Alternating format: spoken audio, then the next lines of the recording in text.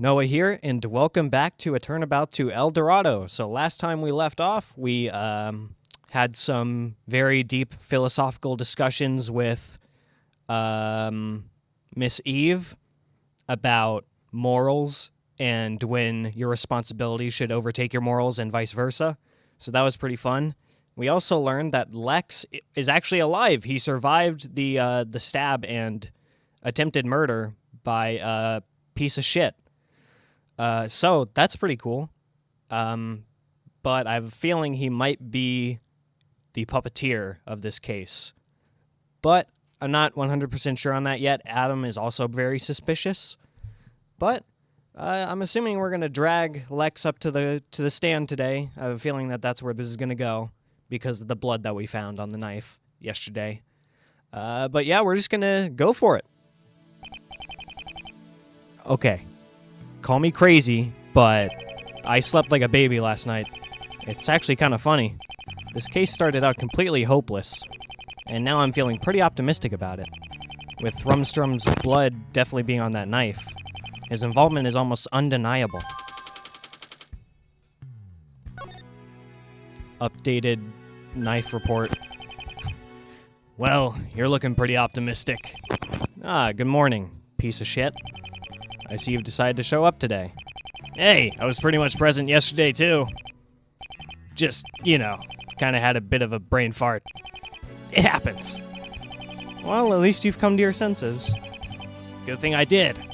Judging from the commotion in the prosecutor's lobby, I picked the right team. Commotion? Oh yeah, we also learned that, I keep calling him piece of shit that I can't even remember his name. Lucas Greenwell. Yes, Lucas Greenwell. We learned that when he attempted to murder Lex 5 years ago, he tried to he successfully bribed the prosecution to let him off the hook. And he also tried to do that in this case as well, but it kind of backfired on him because Winston Payne is not very loyal. Rumstrum's here. Looks like after the news on that blood test reached Payne, he pretty much figured out what your next move was going to be. And by the sound of it, old Luthor does not want to be here. I can't imagine Payne having a good counter to my case now. Still, it's a good idea to remain cautious. Where's that girl, Emma, by the way? Good question. She did say she would be back from wherever she went today, but she didn't exactly say when that would be, so looking into some things, I guess.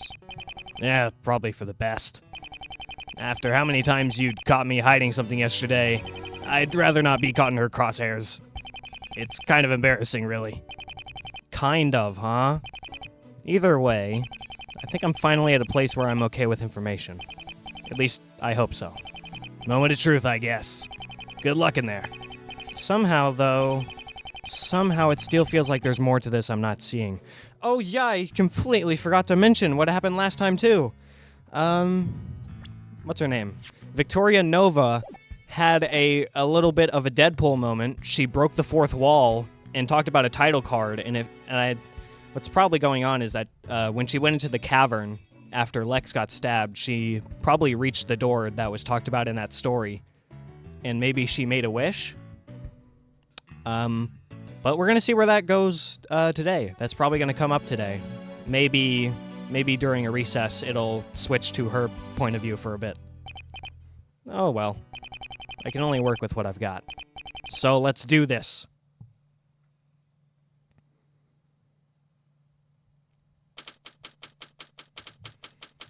All right.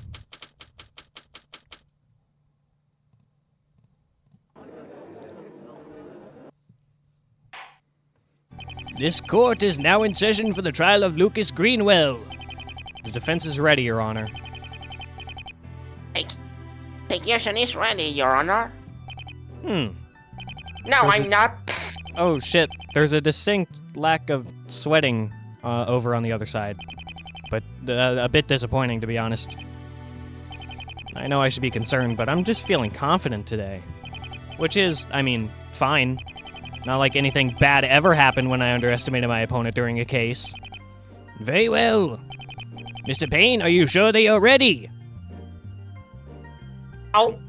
Oh, okay. I guess you're not ready. At the end of yesterday's trial, A very serious oversight by the prosecution had been brought to light.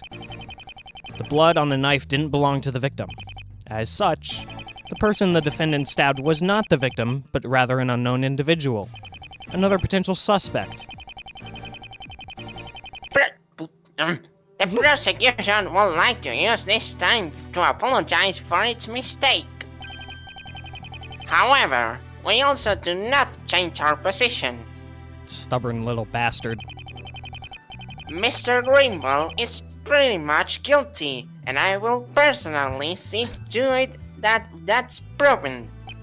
I wonder how you can say that, given the fact that the blood on the knife has been identified and points to a very strong suspect.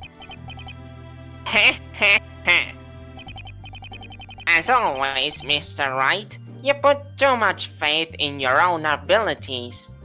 I mean, you know, Mr. Payne, it's not like I've beaten you 3 times in a row or anything. While it's true that we have tracked down the owner of the blood, the prosecution would like to make it clear that they are innocent. We'll agree to disagree then. Your Honor, the blood on the knife belongs to a Mr. Lex Rumstrom. He's the CEO of Rubin Pharmaceuticals and a former friend of the victim. The defense believes that the knife is sufficient evidence that he was at the hut that night. But it goes beyond that. Based on my investigation yesterday, I've come to only one conclusion. Every piece of evidence has pointed the finger of suspicion to one person, and that person is not the defendant. No, this is a rare case where the facts are in the defendant's favor. And the facts are this. Miss Nova was killed in cold blood. Her killer was present on the scene and promptly stabbed by Mr. Greenwell. As a result, his blood ended up on the knife.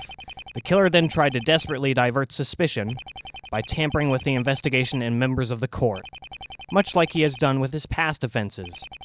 When all of that is put together, voice crack, I'm left with no other choice. The defense formally indicts Lex Rumstrom in the murder of Victoria Nova.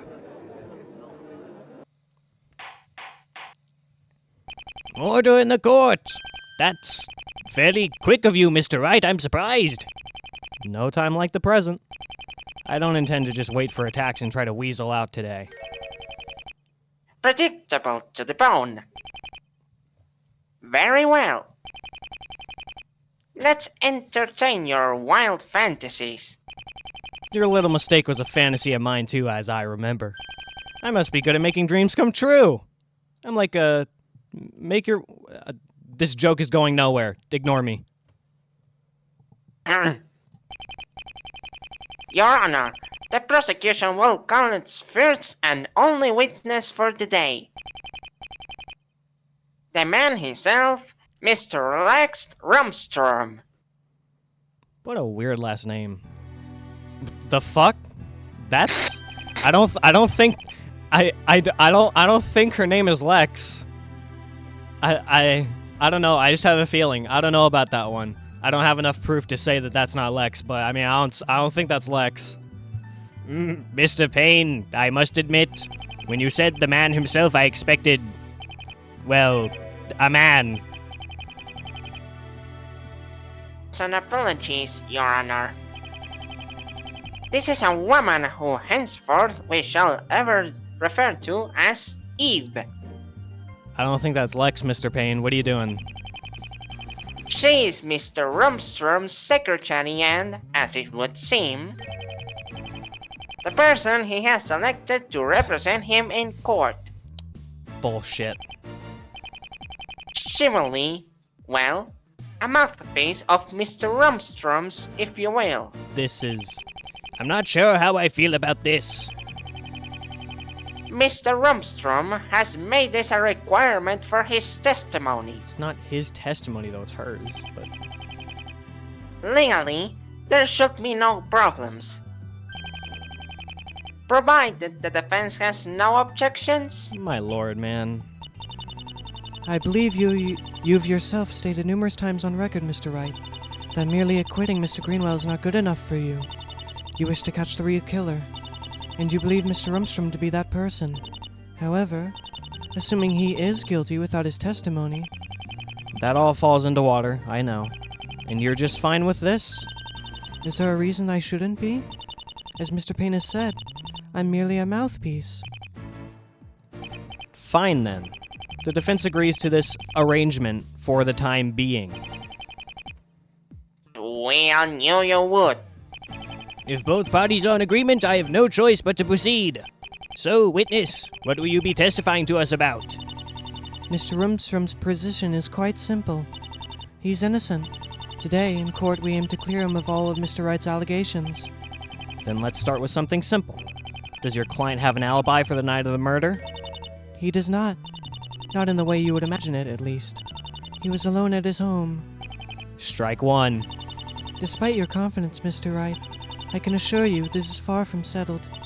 While my client cannot prove an alibi, he can establish that the evidence for him being involved is completely insubstantial. Oh? Do tell. Be careful what you wish for. Last time, you pulled the rock right under my feet. Well, to be fair, you did it to yourself. Today, the tables will turn. Miss Eve, tell us about the knife. He's gonna flip the table over. Yeah. Show the defense what happens when they jump to conclusions. You mean, like you did? Nah. Ah, fuck you, Mr. Wright. I'm gonna flip over this table. Of course. Oh, sorry. Of course, Mr. Payne. Oh, I'm having too much Sorry. fun. I'm having too much fun. A mistake one way or another. What a testimony name for that. Despite the defense's claims, there's nothing that could tie Mr. Rumstrom to the scene. The blood on that knife, it didn't get there on the night of the murder. My client was, in fact, stabbed years ago with it. Bullshit. I was gonna mention this last time, but I just forgot about it.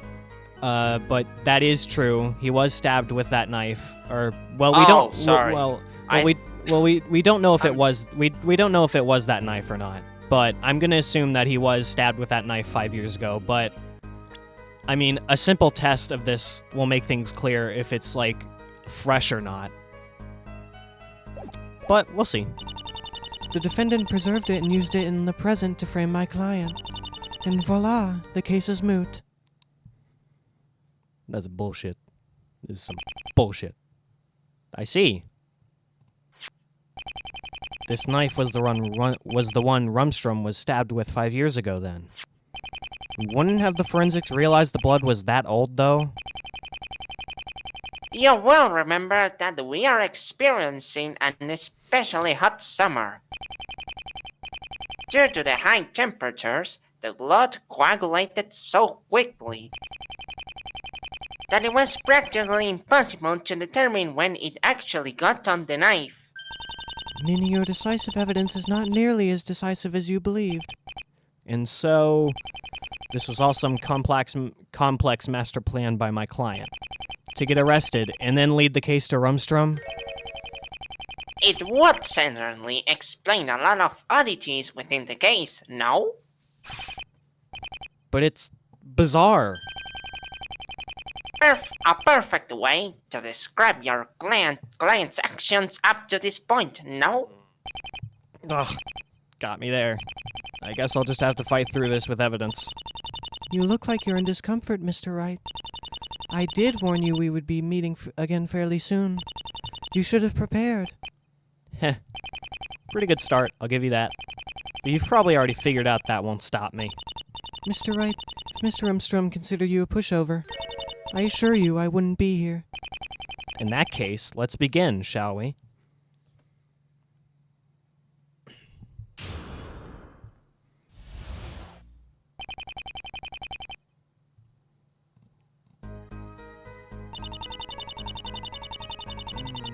Okay. All right. Let's see. I think you're jumping the gun here a little bit. You're providing us with an alternative explanation for evidence here, but you're still not changing the facts. This knife, the knife with his blood was found on the scene. Can you provide us with any evidence to effectively prove your client wasn't involved? I cannot. Not that she really needs to. you're missing her point after all. This is essentially what one would call devil's proof, no? Detective's proof. A situation where the evidence may very well be in limbo. That's my proof, pal. It's hard to tell whose side of the story is right. Nothing supports it one way or another. Bro, the simple solution here is that he got stabbed. The knife was literally on the scene. What do you mean nothing supports it? Thus, you may very well take it out of the equation for a moment. And when you do, the burden of proof regarding Mr. Armstrong's involvement falls on you, Mr. Wright. I'm not sure I'd go... What is that sentence? Why is it worded that way? I'm not sure I'd dismiss the knife so easily, though. But my client's explanation for the blood makes sense, doesn't it? No. No, it doesn't.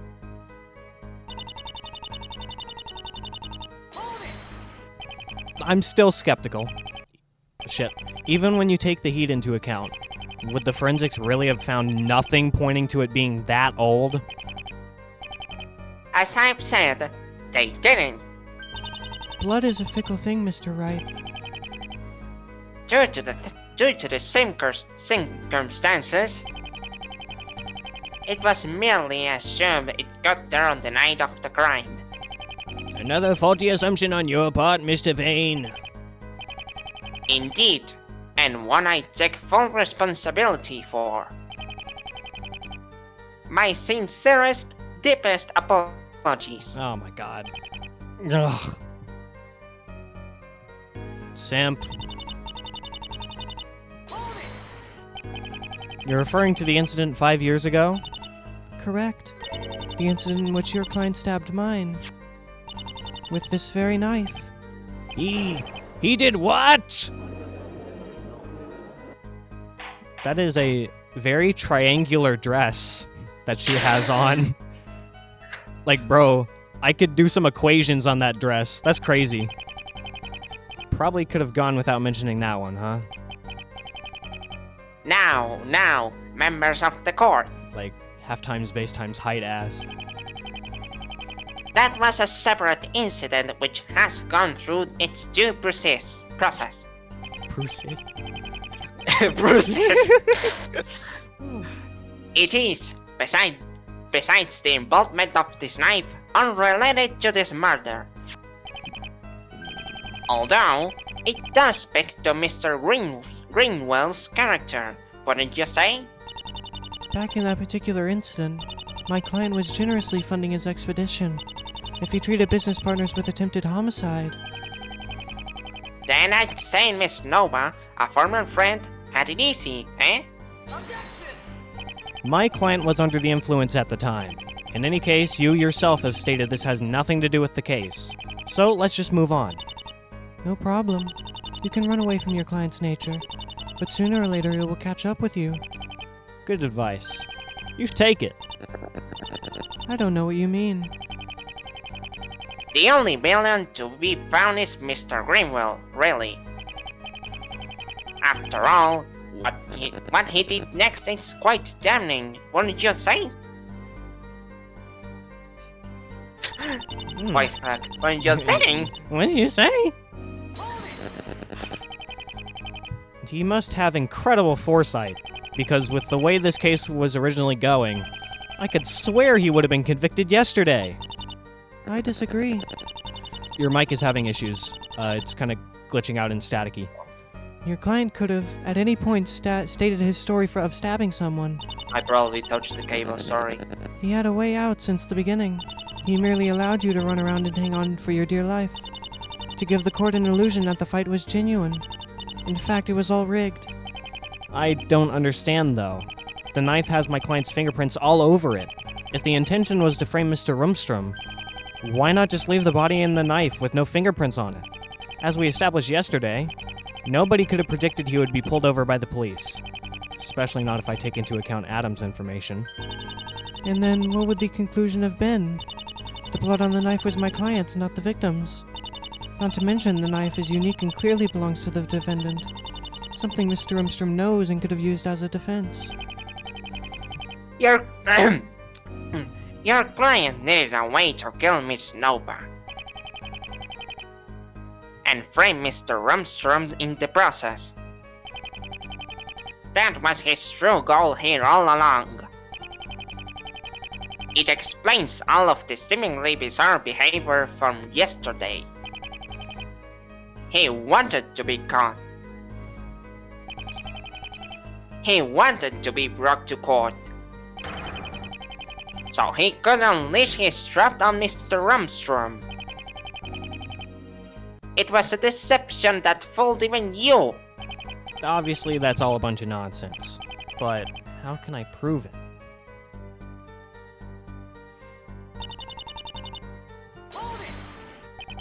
Don't be so sure, Eve. Well then, by all means, Mr. Wright. As they say, bring it on. Credit where credit is due, it's not a bad start. She's essentially just dismissing my evidence altogether. Good strategy. One, I'm not sure I can fight directly. Is there any way to show the blood must have gotten there that night? If not, is there anything else I can do in this situation? Good questions, Phoenix. Despite the defense's claim, there's nothing that could tie Mr. Rumstrom to the scene. Is there really? Is there really?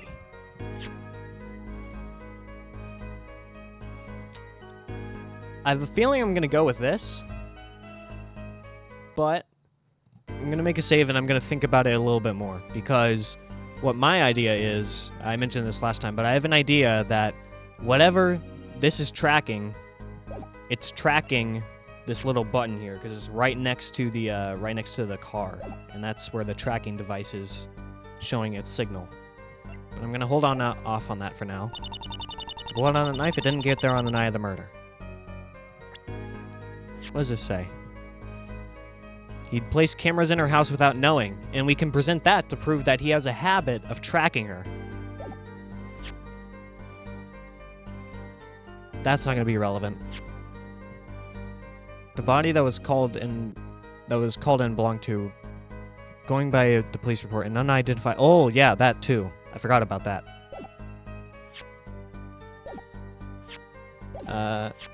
Book on toxins. A dangerous neurotoxin developed by the Japanifornian government, currently deemed too dangerous for use and kept under close supervision of proper authorities. Symptoms include short-term loss of memory. Benadryl? Huh? The temporary loss of motor skills and speech, paranoia, intense hallucinations triggered while in a state of fear. End with loss of consciousness. That kind of sounds like what Victoria Nova was going through at the end of last time. No, temporary and short-term simply mean that the state is not permanent. The actual length could last for a longer period of time. Administration, multiple ways. The most common one is through simply drinking the toxin. Due to the toxin's lack of smell and taste, it can be easily placed in drinks. Development. Due to the strong effect of the toxin, not enough testing has been performed on humans to conclusively say just how the toxin develops within the system.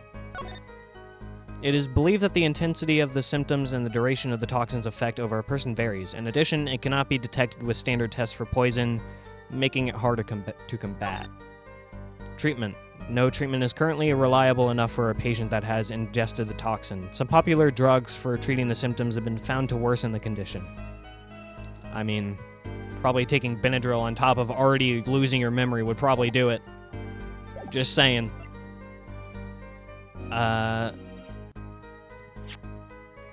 Oh yeah, this too.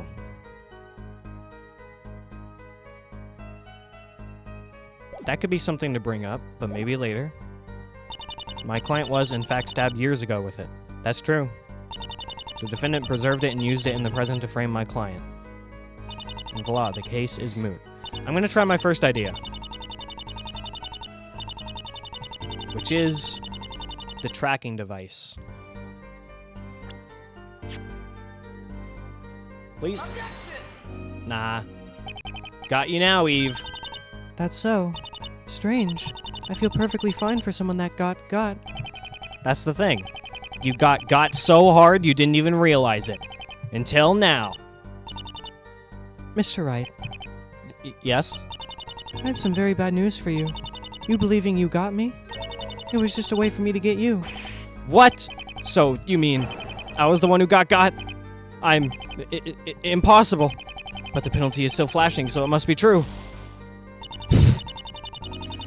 Perhaps instead of focusing on getting me, you should focus on getting good? Oh, ha ha. Damn, what a burn. What a fucking burn, man. That hurts. That stings. I'm gonna need some ice for that.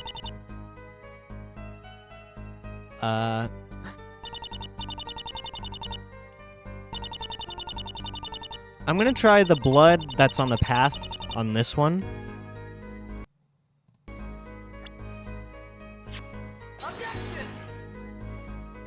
Nope.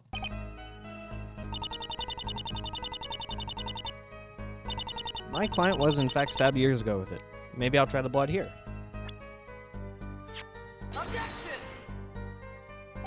Nope. The defendant preserved it and used it in the present to frame my client. What can we say against that? There's also that to talk about. Second set of tire tracks. I forgot about that. Maybe that's what we can bring up. Maybe bring up the tire tracks to say that there is something that shows that he could have been there. Okay, let me try that actually.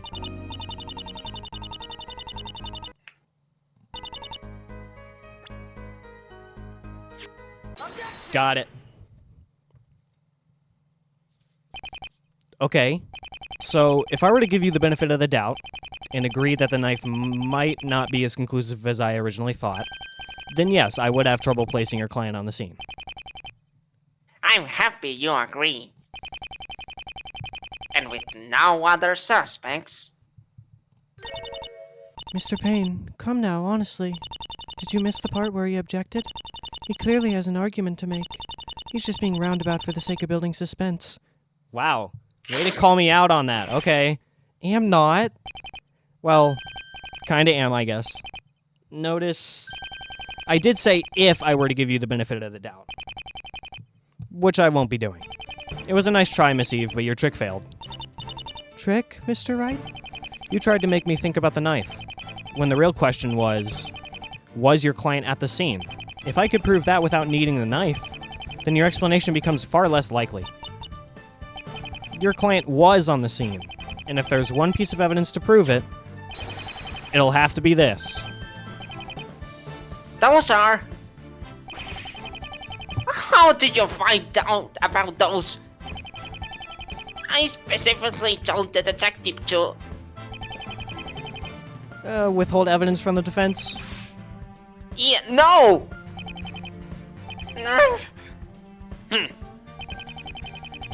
I'll be looking forward to Detective Conscious' next salary review. Only Edgeworth can do that, okay?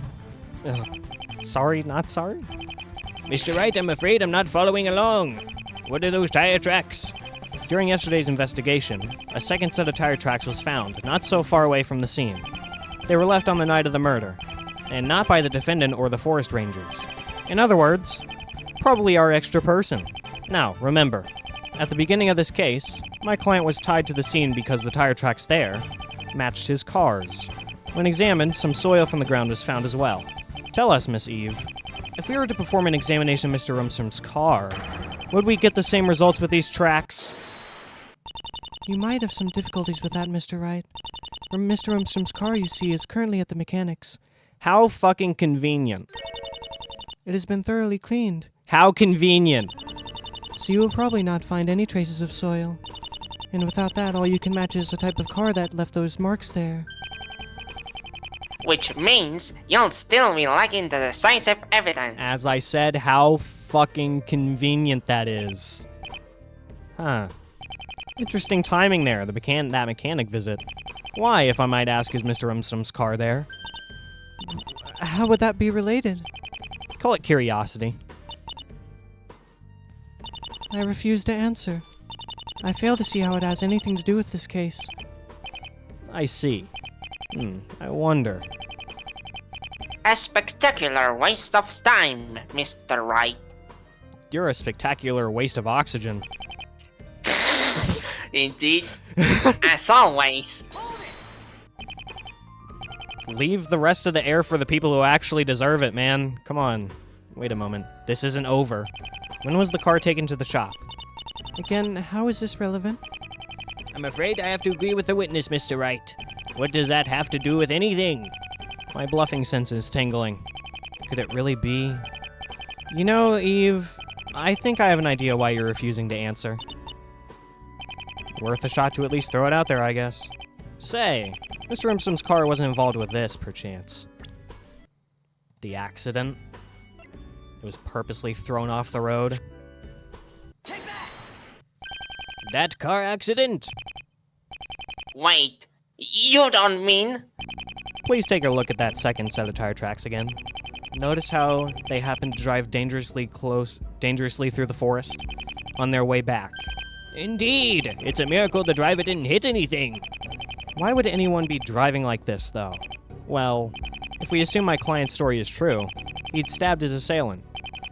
The assailant, having been left without Mr. Greenwell and Miss Noah's body, could only run away to his car, but steering must have been quite hard given the knife wound. So, the assailant ended up taking a dangerous shortcut. Unintentionally, of course. And if we assume he still had difficulty steering when he left the forest, what do you think happened? I imagine they would have stopped at some point. Otherwise, they would have gotten into a wreck. I argue the latter is exactly what happened. I argue they got into a car accident close to the scene. I argue that accident was the one brought up in yesterday's trial. The driver then lied and said he got his stab wound in the wreck. I argue the car was taken to the mechanics. I argue that, originally, the investigation found no relation between the driver and the victim, so it was all declared unrelated. And I argue that that driver was none other than Lex Rumstrom.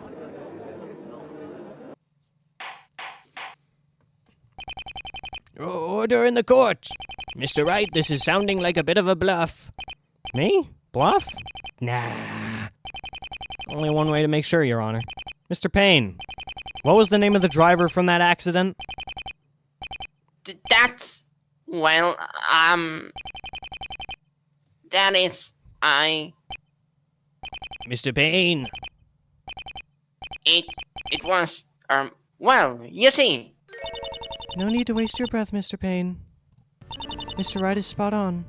The person who had their accident there was Mr. Rumstrom. What? So, you admit it?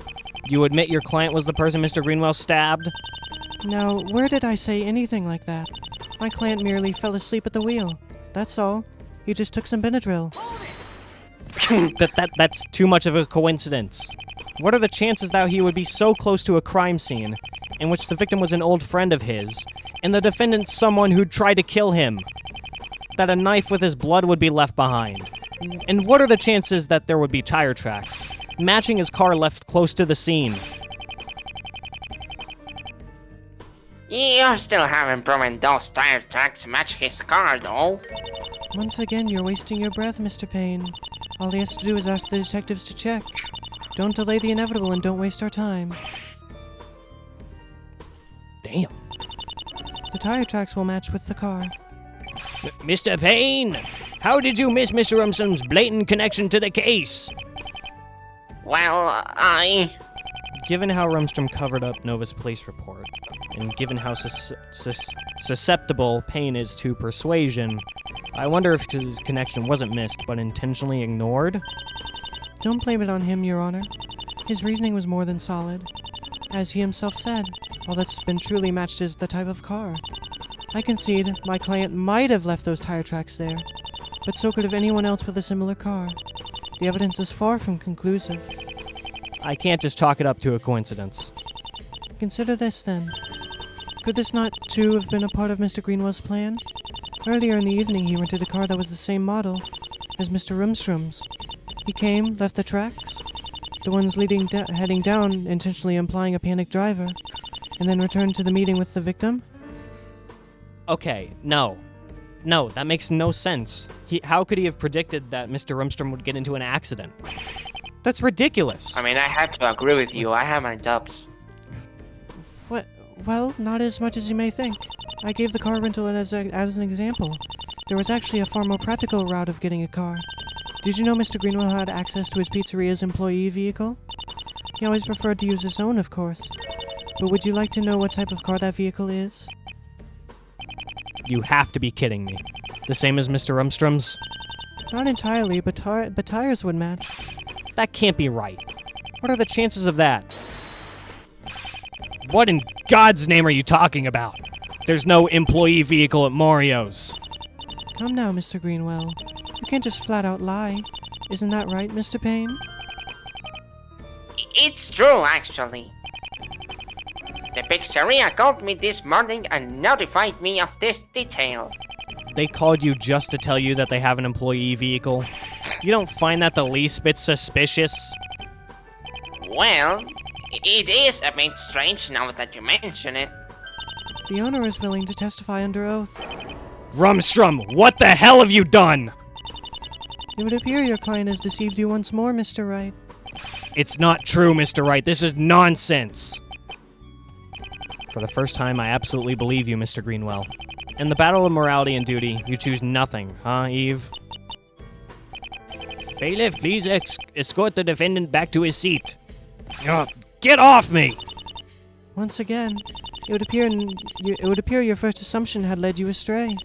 Your case against my client weakens with each argument. Evidence-wise, we're back to a stalemate. That, of course, is not good enough. Let's put the evidence aside for a moment, because as luck would have it, the reasoning in which my client is the culprit is faulty to begin with. You are being quite stubborn about this. I admit the tire tracks might have been left by my client, but logic suggests otherwise. My client had no contact with Miss Nova since her escape from the asylum. Miss Nova was also the one to call the defendant and schedule the meeting. How would my client have known the location? How would he have found Miss Nova? Because nobody else The knew. phone! Yeah, I was about to say that. Because nobody else knew about the meeting, nobody else could have shown up. Thus, the chances of him being the one to have left those tire tracks are low. His proximity to the scene was nothing more than coincidence. Heh heh heh. It's true, despite his endless bank account. Mr. Rumstrom can't see the future. No, but he can strong-arm a pizzeria owner into lying and throw in a car for free. It would appear that this court has been a victim to a charade. A clever one perpetrated by the defendant. But it ends here, by the hand of me, Winston Payne. The defense would like to begin its cross-examination. You look less pleased than you did when I walked in. Usually how it works. But when I'm done with this cross-examination, I'll be grinning from ear to ear. Is that a promise? Might as well be. I've spent 7 years of my life in a little poker room. It's funny, but now that I think about it, this is sort of the same. Except my opponent is looking at my cards. But that's fine. There's a 3 of a kind already on the table. I just need to have the 4th in my hand, and the game's mine. Now, we do know the contradiction here, but I do still want to press everything because it is a bunch of dialogue, and I do want to hear all the dialogue. So, hope you're okay with that. Yeah, It's more than just a possibility. The coincidences your explanations require are ridiculous. For a man who has often found himself claiming bizarre truths, you sure seem to be resistant to this one. Could have something to do with it not being the truth. Either way, I'm not saying your theory is flat out denied. On the basis of tire tracks and the knife, at least. However, logic-wise, it has a major hole. That's so.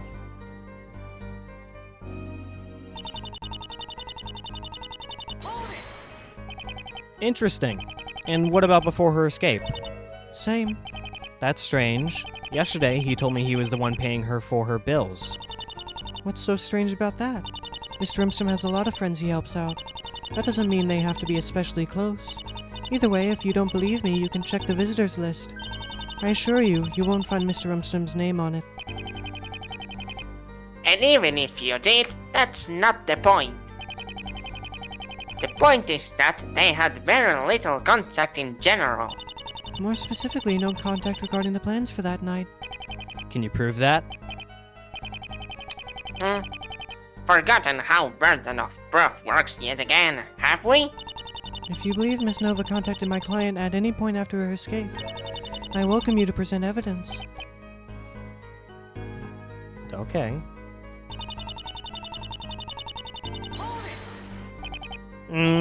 How sure are we of that? Your own client's words? Right. Right! No? I knew it. Yeah, uh-huh. It's okay, Mr. Wright. I had to do it. I had to do it at least one more time. The web of Mr. Greenwell's lies is so thick, even I get lost in it sometimes. Still, for this, we'll give him the benefit of the doubt. If you want What? If you want to say it was the defendant who told my client the location, the issue still remains. In fact, it becomes even worse when you think about it. Why would the defendant have ever made contact with my client? Well, got me there. In any case, I'm getting to my point.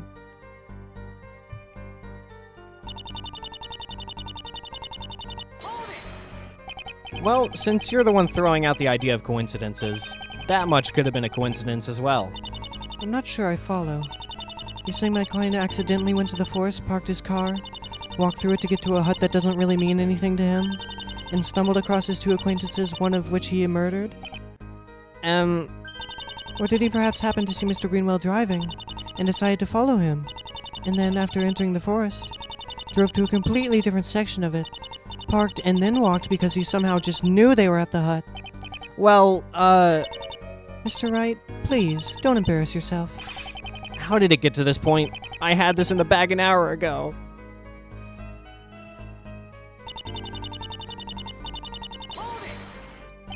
But someone clearly did show up. My client. Could very well be lying. You interrupted me, asshole. Once again, if we assume there was no third person, and the knife was merely planted with a nice little story to accompany it, it would logically have less holes than your current theory. Yeah. Something wrong, Mr. Wright? Come now. You did say I shouldn't underestimate you. Don't go betraying a lady's expectations. You say that almost like you expect me to break through this. Well, I made you a promise a few moments ago. I intend to make good on it.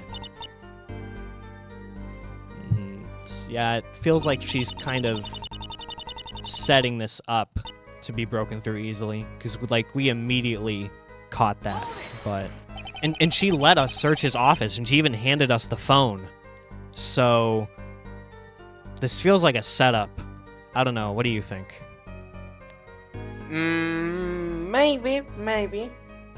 Because it feels like she handed us the phone and gave us the evidence and let us search around in the first place. And your alternative is that the defendant did it? Not the most elegant of solutions, don't get me wrong. I'm not saying that's what happened, but it's certainly more probable than my client being the culprit, is it not? I feel like if we present the phone, what's going to come up is the button. And this is going to lead right back around to Emma. That's what's going to happen here. I have a feeling that's where this is going to go. But I'm not sure how probable this murder frame plot really is. Do you not understand? What I'm saying is, it's more probable than your murder frame plot.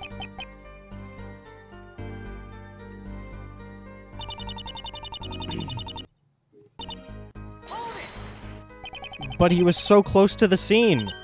And? But it's ridiculous. We can't just ignore this. We're not, though? The only one ignoring things here is you, Mr. Wright. This massive hole in your reasoning being one of them. I didn't expect this. I should have, but I didn't. Ugh, fine. I'll roll with it. How could Rumstrom have found out about the meeting? Did he ever even need to know? Was there some other set of circumstances that led him there? Huh. Thank you, Phoenix. I get the hint. Yeah, take a look at this phone.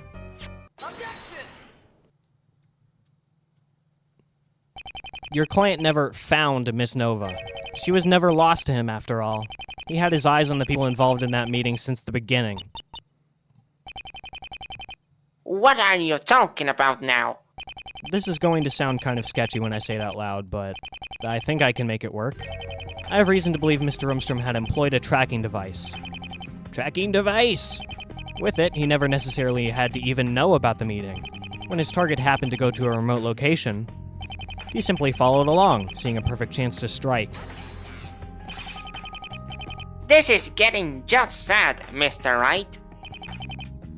Tracking devices? Really?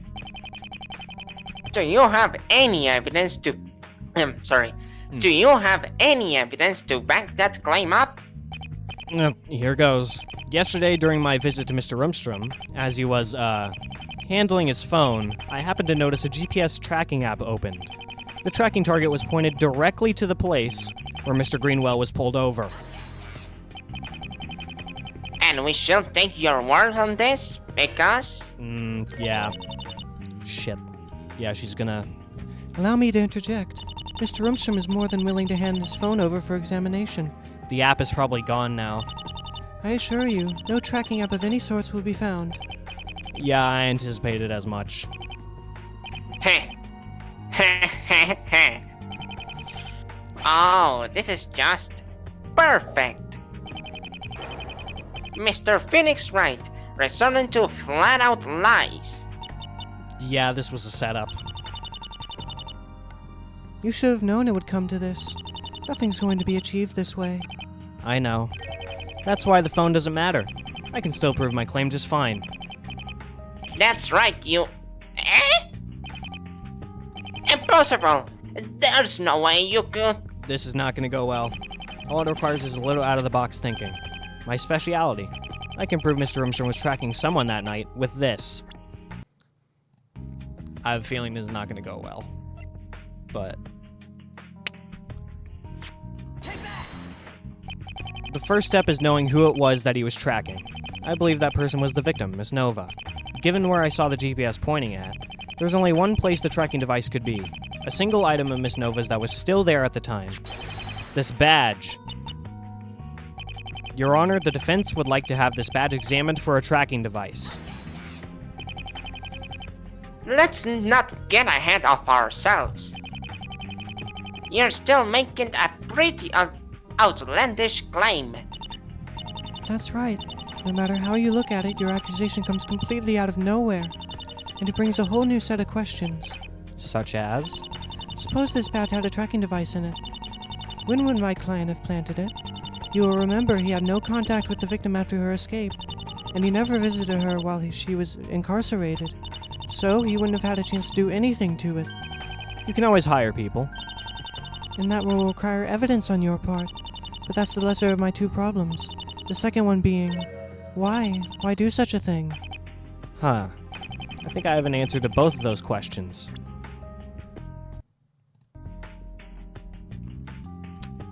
I think I'm going to go with the police report on this one. There's a rather ugly part in the relationship between your client and the victim, isn't there? 5 years ago, she filed a police report against him for spying on her. He'd placed cameras in her house and monitored her without her knowledge. Order in the court! Is this true? It can't be. It's the first time I'm hearing of it. No wonder. I guess Greenwell wasn't kidding when he said Rumstrom buried it. It's all right here, Your Honor. This is quite damning indeed. Just a moment, Your Honor. The defense is presenting information without proper context. Yes, my client had acted without the victim's knowledge, but the two had made up and talked the situation through. It bears no meaning to the current situation. But I argue it does. Because who's to say he stopped with the keys and the cameras? What if, 5 years ago, he'd gone so far as to track literally every movement Miss Nova made? What if he had hid a tracking device? And something she always carried? Something like this badge? And what if the victim never knew about it until her last breath? No, Your Honor, that's ridiculous. Then let's have the badge examined. That's the best way to prove me wrong. Wait just a moment here. Even if something is found within that badge, it still won't prove my client's involvement. Oh, come on!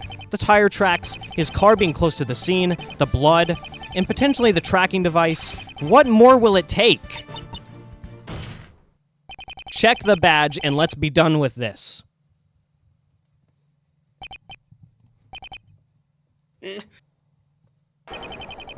No!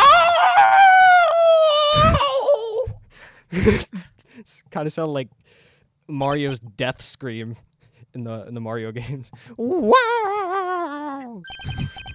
And that, kids, is four of a kind.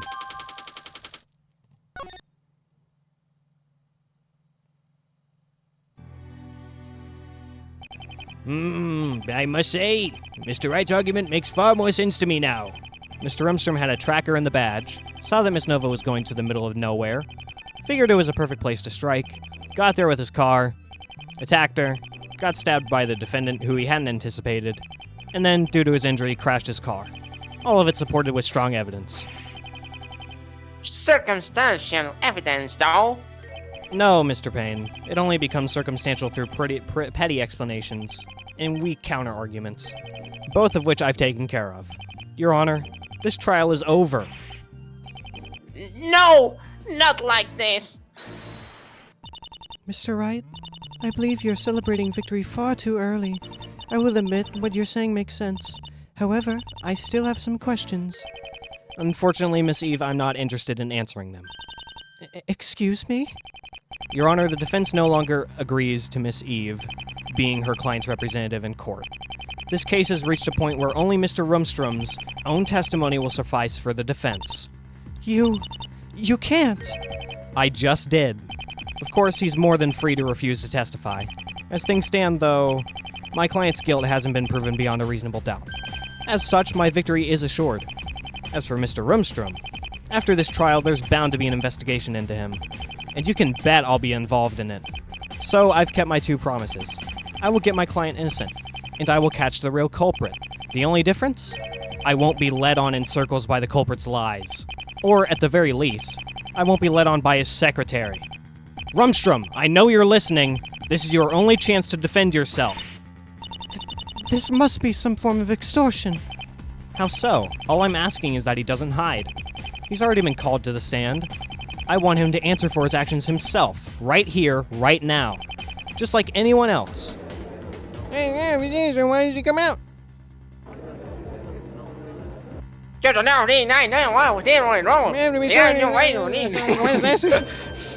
So, wait, hey, yo!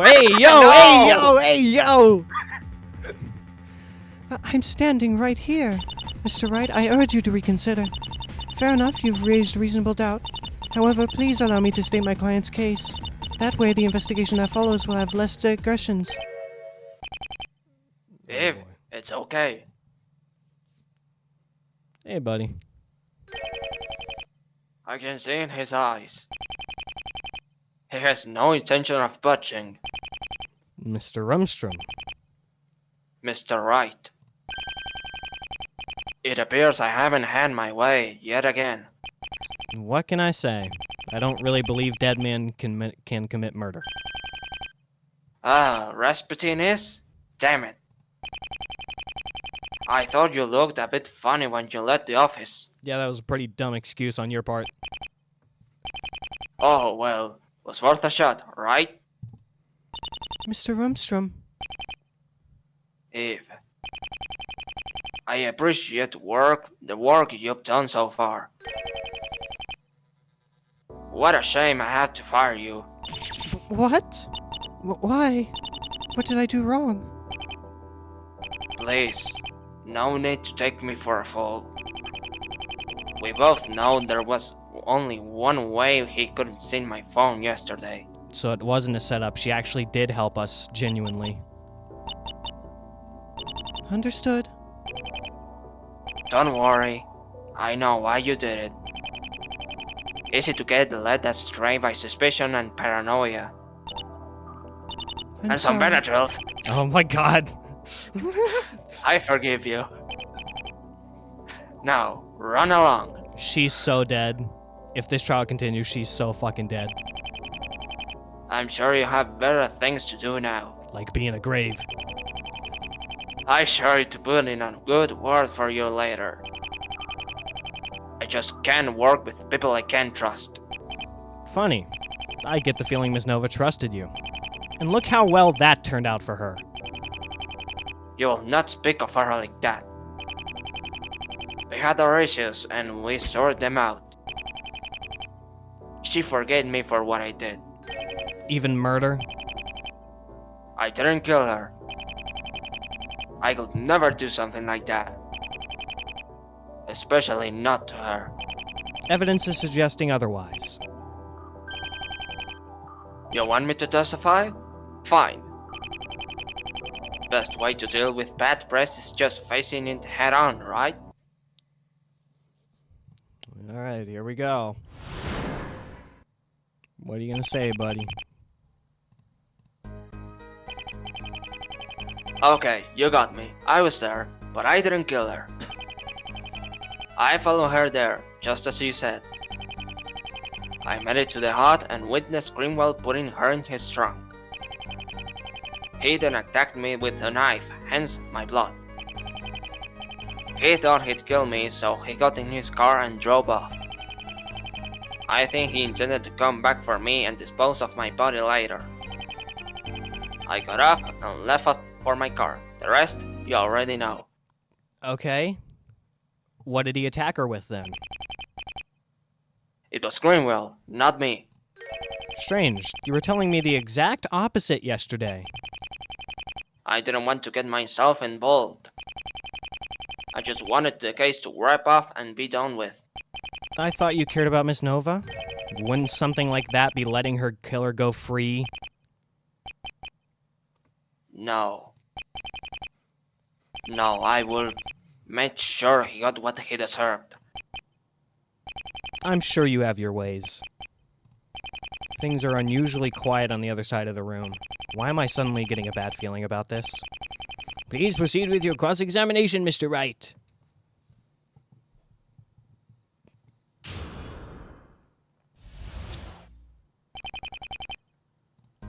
So I kind of already have an idea of what to do, but I'm gonna press just to make sure. Why hide it, though? Come on, seriously? If I had said what had really happened at the beginning, I would have ended up in the exact same situation. Okay. Another question, then. Why didn't you call the police right then and there? I don't know. That was a mistake on my part. I was too shocked with what happened that I just tried to leave. Now is your chance then. What did happen that night?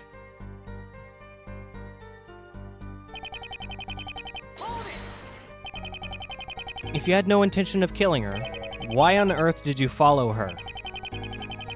Ever since her escape, I was worrying for her. Just as you said, I was keeping an eye on her with the tracker. I did not invade her privacy further than that. Officer, I know I did all these terrible things, but no further than that. I know how it sounds. I was just making sure she was okay. And for those 6 months, she was. Staying with Emma. If you knew where she'd been during that time, why didn't you notify the police? She could have been a danger to herself and to others. She escaped as she was nearing her release. The doctors must determine she wasn't a threat to anyone.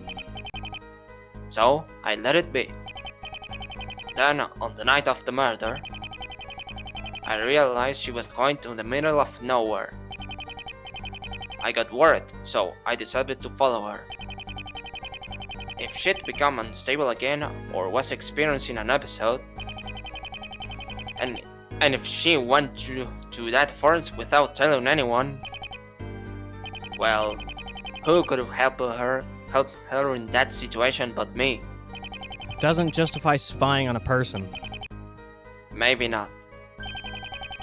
But I still did the right thing. All that's assuming you're telling the truth.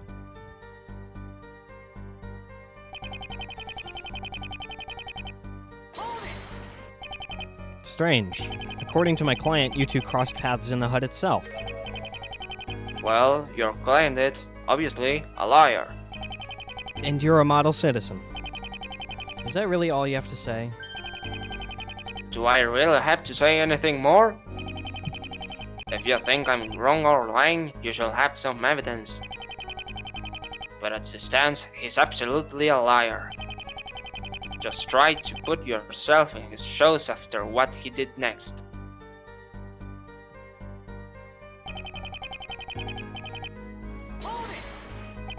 When you say the knife, I'm talking about the one with my blood on it. well, at least he's acknowledged he got stabbed. But if my client was the culprit, that means he would have needed to kill the victim with a different knife.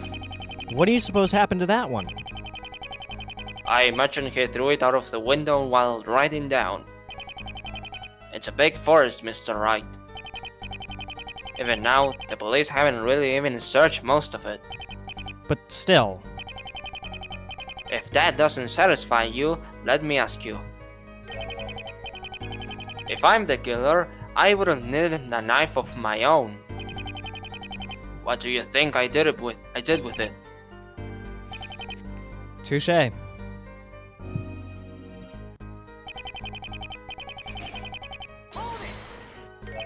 He thought he killed you? The blade got locked in my shoulder and I fell over. I had to think fast, so I stopped moving. I played dead, basically. I see. And so he just let you be like that? Heh, yeah.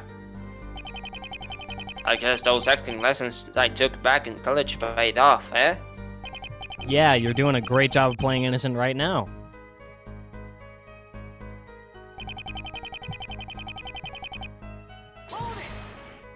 Obviously, that's you speculating. It's the only thing that comes to mind. Victoria was the only one to fit in that trunk of his, as I understand it. If he'd placed me in the back seat and someone saw, it would have been trouble. It was his wiser for him to get rid of her and then come back for me.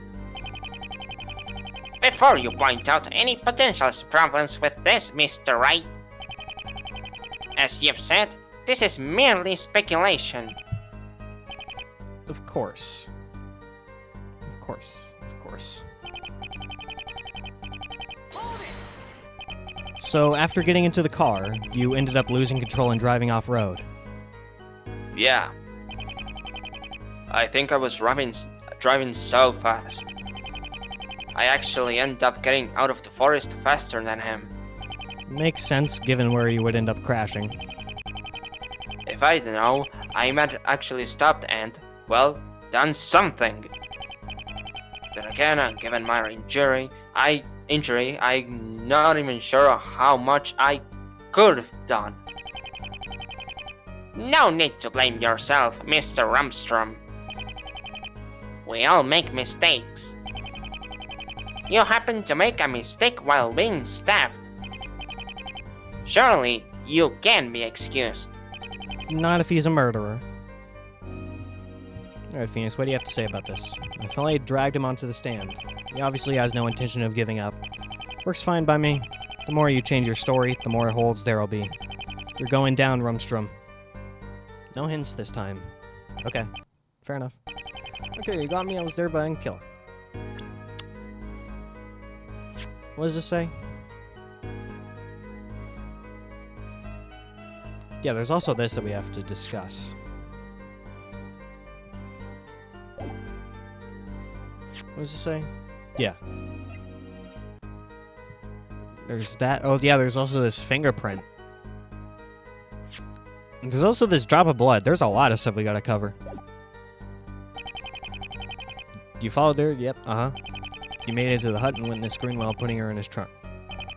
And they attacked me with the knife, hence my blood. He thought he'd killed me, so he got in his car and drove off. Wait, I'm going too fast through this. Okay, they attacked me with the knife, hence my blood. Yep. He thought he'd killed me, so he got in his car and drove off. I think he intended to come back for me and dispose of my body later. I got up and left my car. The rest you already know.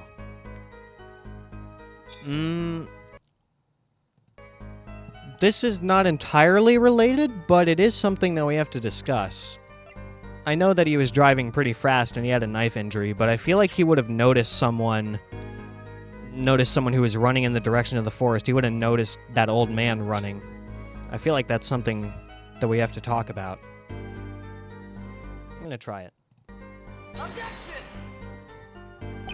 There was a major flaw in this testimony, Your Honor. Ah, yes, please. Triangulate the position of this contradiction. Triangulate, Your Honor? I was never the best at math, you know. No problem, Mr. Wright. I believe I can do it for you. Yes. This would go here and... Oh my! Mr. Wright, it would appear. Your contradiction is in the Bermuda Triangle. It is? Indeed. Lost, never to be found again. That was fucking amazing dialogue. Okay. Well,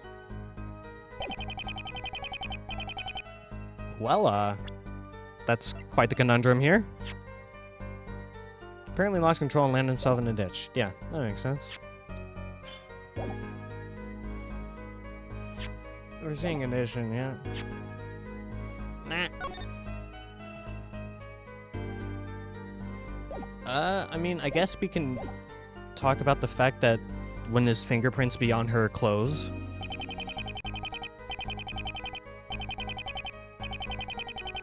Yeah, let's try that, maybe.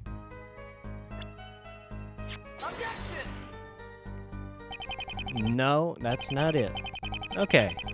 Well, you know what? What do you think? What do you think we should do here? I can give you some hints.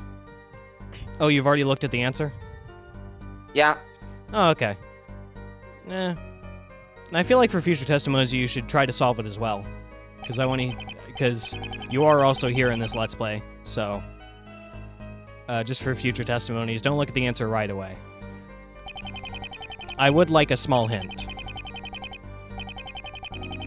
Alright, so... it's not this testimony. It's not this part of the testimony.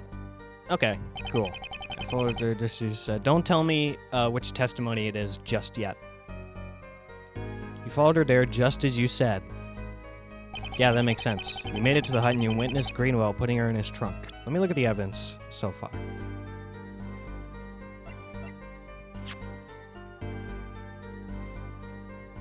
What does her autopsy report say? Okay, yeah, she would have been able to live for a little bit. When did the accident happen? Doesn't say. When did this guy... No, it doesn't say either. Shit.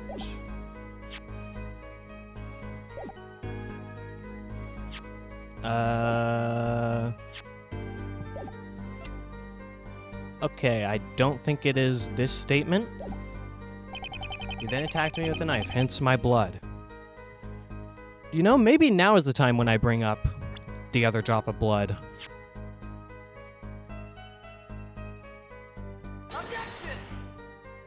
Nope.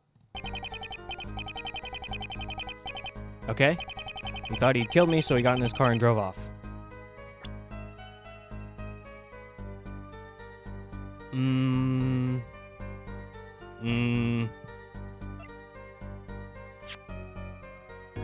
Maybe an explosion, even.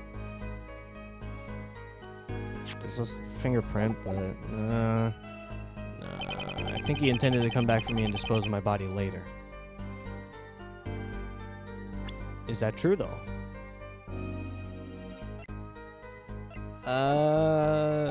You got up, you left for your car, the rest you already know. Okay, I'm gonna need another hint here. You know what? Tell me what statement it is. This is not the statement. Not this one either. This is the one. Okay. So you're saying that Lucas thought that he killed you, so he got in his car and he drove off.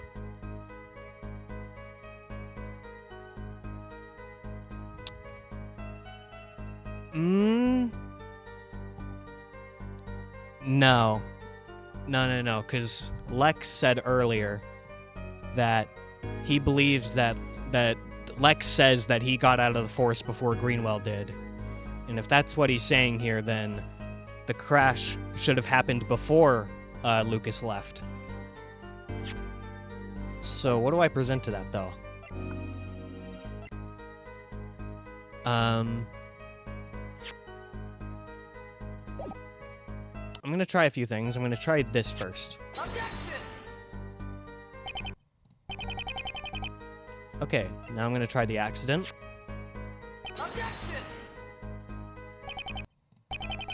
And now I'm going to try the first set of tire tracks. Okay. Not any of those. What is this?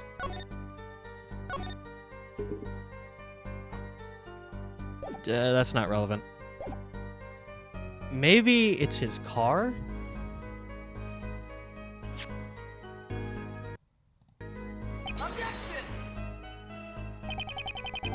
Not the car. Let me read the statement again. He thought he'd killed me, so he got in his car and drove off. What's wrong with that?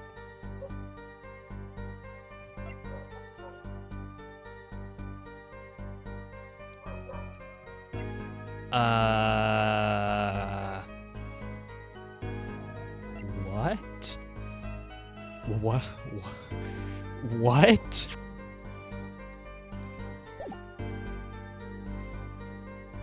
I'm gonna try to picture Nova's body just for fun?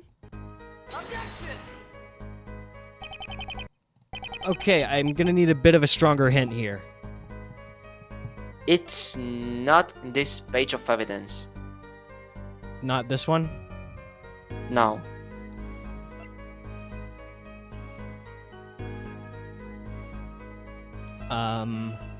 I don't imagine it would be this page, so it's probably the first page.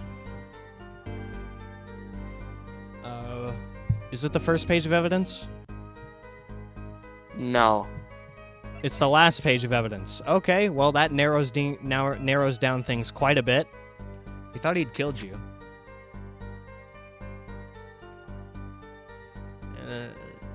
Yeah, that's true.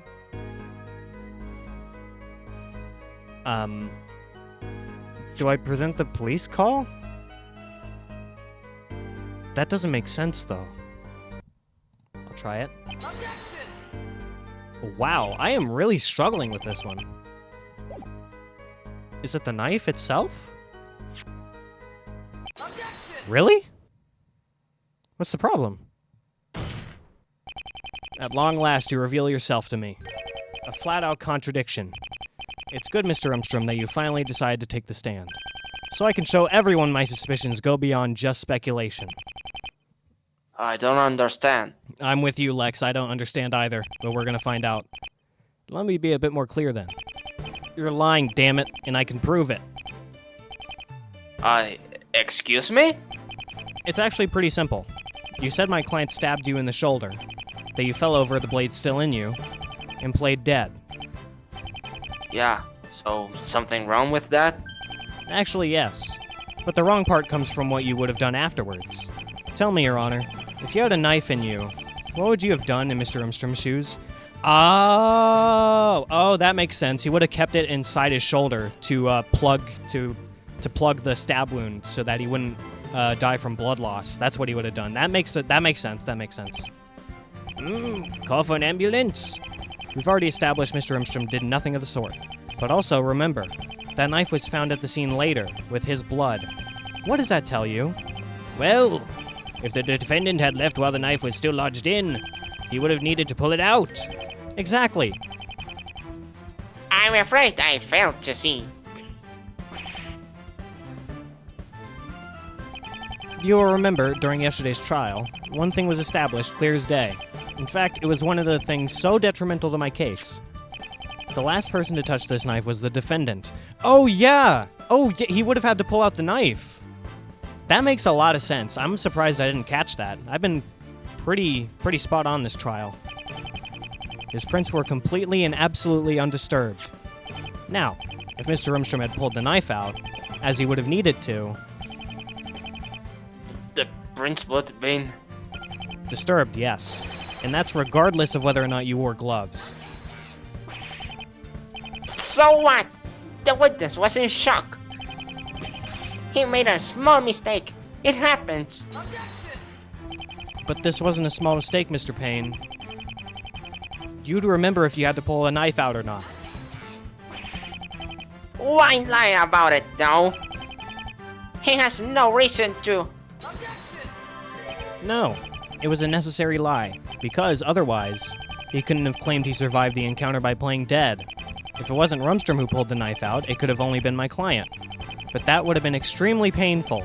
No matter how good your acting chops are, you wouldn't have bared through it. And so that raises the question. If we assume all parts of your story are true, except for this detail, why on earth are you still alive? If my client is really a cold-blooded killer, why didn't he kill you after knowing you're alive? Well, that's... There is an answer, of course. This entire testimony has been a lie. You're the true killer. You stabbed Miss Nova with a knife of your own, realized my client was coming, hid in the hut. When he entered, you tried to jump him, only to be stabbed by his knife. My client instinctively pulled it out due to shock, and ran away. It's what he told us yesterday, and it hasn't changed since. And it's looking like a far more likely scenario than your testimony, witness. A crack already? Looks like he's not good with poker faces as I thought.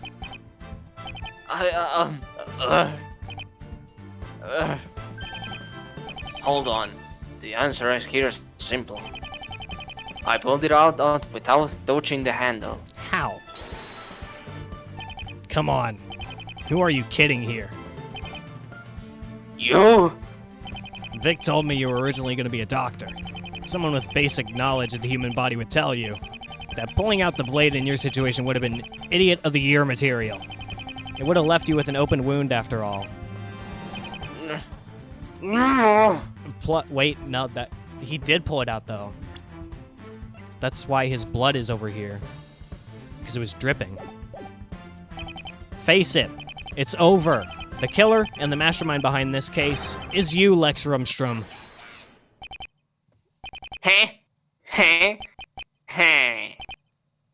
Well, it's come to this, it seems. Yes, Mr. Payne. Believe it or not, the case did have to end at some point. Funny. But you won't be laughing after this. Hmm? I feared things would reach this point today. I desperately tried to avoid it. The thought of you badgering an innocent man on the stand. A travesty.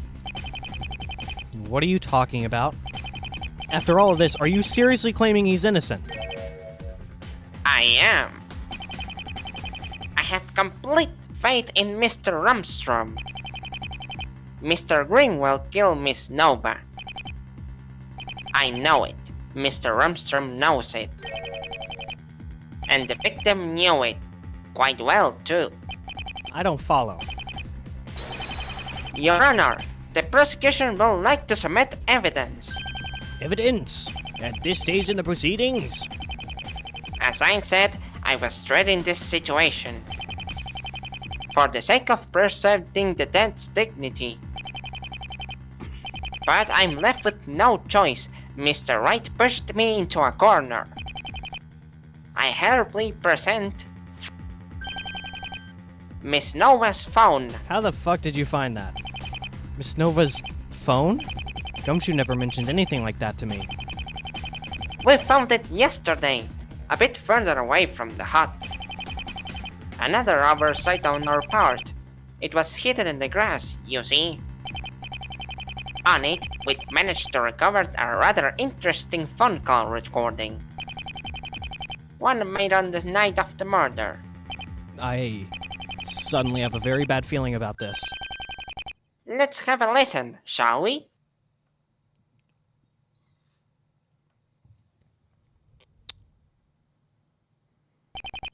Hello, this is Lucas. You can take her. Lucas, hi, it's me. Vic, I didn't expect to hear from you until later tonight. Everything okay? Everything's fine. I just had to call a bit earlier. I see. Where are you? It doesn't matter right now. Everything's fine, as I said. That's all you need to know. Right. Right. No! No. I I just wanted to make sure you're really okay with this. Right! Should I not be? I'm not asking a small favor here, you know. I had to surprise you with that one. I'm still going to help. I can make my own decisions just fine. Yeah, we all know how those usually turn out. Point is, I know what I'm doing, and I'm ready. I see. That's good. Are you really okay with this? I am. Heh. All right then. Guess tonight's the night. Yeah. Tonight's the night I die. See you at the hut, Lucas. That's... What? What is this? Even Lex is surprised? What you have just heard was a conversation between the defendant and the victim on the night of the murder. As you can quite clearly hear, the victim was more than aware that she was going to die. In fact, by the sound of it, she was the one asking for it. That can't be right. Why on earth will she have? Hey, you! Explain yourself! Mr. Greenwell? Are you kidding me? Are you kidding me? You also didn't tell me about this? The prosecution now changes its plea from first-degree homicide to assisted suicide. The victim wanted to be killed. The defendant obliged. Mr. Rumstrom stumbled onto the scene and survived his encounter with the defendant. Why? Because the defendant only came to fulfill a friend's request. He was no monster, but a man believing he was doing the right thing. A killing spree was never on his agenda. No, this can't be. Mr. Greenwell. Answer me. You can hear what he's saying, right? The man's talking to you, damn it! Is this true? Did she want to die? In any case, I suppose the court accepts this into evidence. I don't understand, though. Why didn't he submit this earlier? It would have made things easier for him earlier during the trial. Well, Mr. Wright? Do you have any rebuttal to this? Your client certainly doesn't. Say something, man. Mr. Greenwell. In light of this new evidence, Mr. Wright, do you have anything you wish to say? I've got nothing anymore. Those are her words on that phone. What can I even do now? I believe that tells us all we need to know. You were right, Mr. Wright. It is time to end this trial. Your Honor? If Mr. Wright really has nothing more to add, then I'm afraid so. That's enough. I see no more reason to prolong this trial. This case is extremely clear to me. This court finds the defendant, Lucas Greenwell. Guilt? What? Wait, that is all. The court is adjourned. No. Did we get a bad ending? Wait, the game just closed. What the fuck? Wait, no. No. I'm as confused as you are. What the fuck? Hold on. Did we do something wrong? Apparently, Maybe it's a bug? I'm checking the guide here and Gotcha.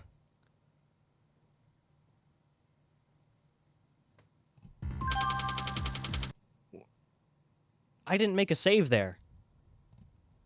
Hold on. Let me share my screen.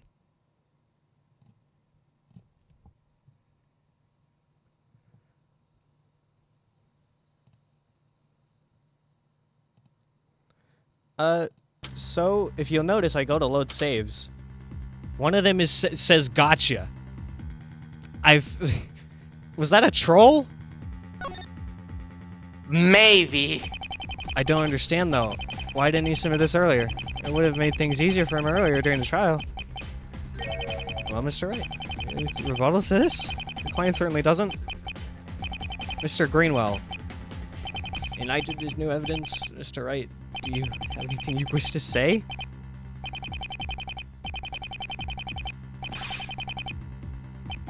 What?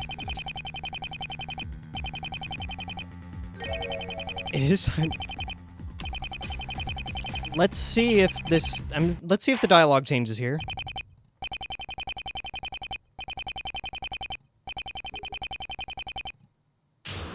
No, still a guilty verdict.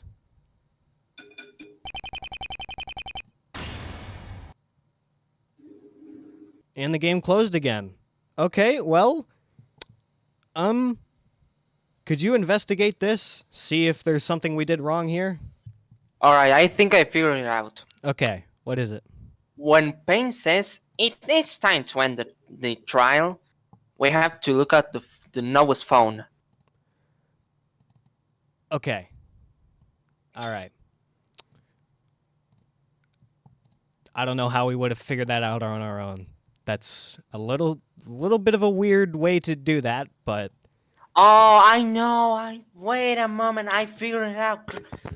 All right, so that was not the entire conversation. There was a third person on the phone. oh, we didn't even. Oh, well, I'm gonna wait until it gets to Payne's line, and then I'll look at it. That's wow. Usually, I look at the evidence straight away. That was wow. That is certainly a gotcha moment.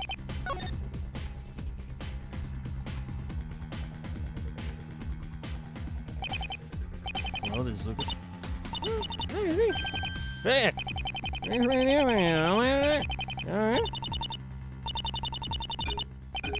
see. Alright. Doesn't matter right now. Everything's fine, as I said. That's all you need to know. Right. Right! That was a quiet right there. I'm still going to help. I can make my own decisions, it's fine. Yeah, we all know how these usually turn out. Point is, I know what I'm doing, and I'm ready. I see. That's good. Are you really okay with this? I am?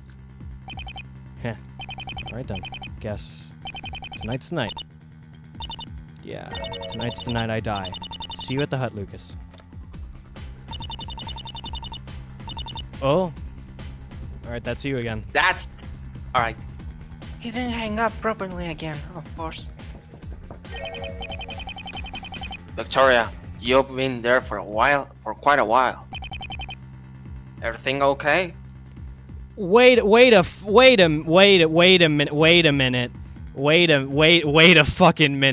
minute. Hold on. We've seen this dialogue before. Do you remember this, right? No. No, this happened in the No, past. This happened in the past. I remember that dialogue. I believe Emma says this. Wait, no, that's Lex. Sorry. Everything's fine, Lex. Thank you. Okay. But if you're not feeling well, let's not go through that forest, huh? No, maybe this isn't from the past, but I swear to God, I remember seeing that dialogue before. No, I have to. As I said, I won't be long. Just ride me there, okay? Okay. Hold my calls, would you? Alright, Victoria.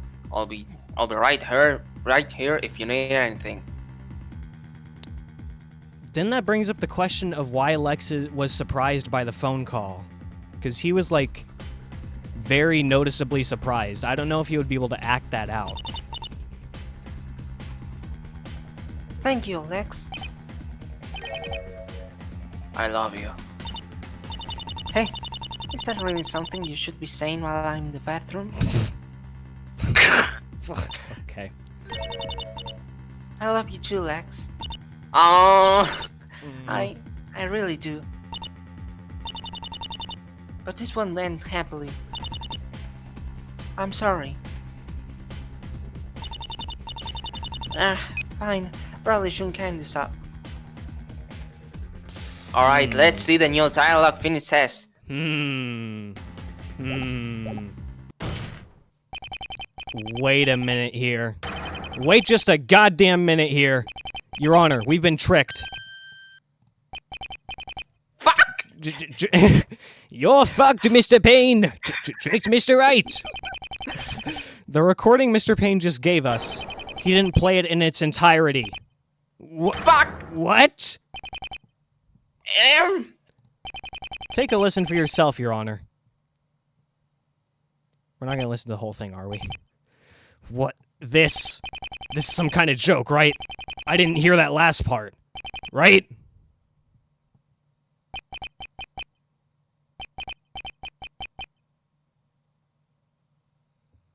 It is you. No, this is Lex. Oh, wait, no, this is Lucas. Sorry. I read that as Lex. I'm dyslexic. You and her. No. No! No! It's doctored. It's all fake bullshit. You made this up, right? I didn't even know about this until 5 minutes ago, Mr. Greenwell. But how? Mr. Greenwell, settle down, please. I'm not sure where to even begin. Mr. Payne? I guess I ended the recording a bit too quickly there. Given this recording, it appears I was wrong. Mr. Umstrom didn't track the victim to that forest. He drove her there! And not only did they obviously have contact sensor escape, but it would appear they were, in a relationship of some sort. This is insanity. You? Mr. Rumstrom, I believe I speak for all of us when I ask, what on earth is going on here?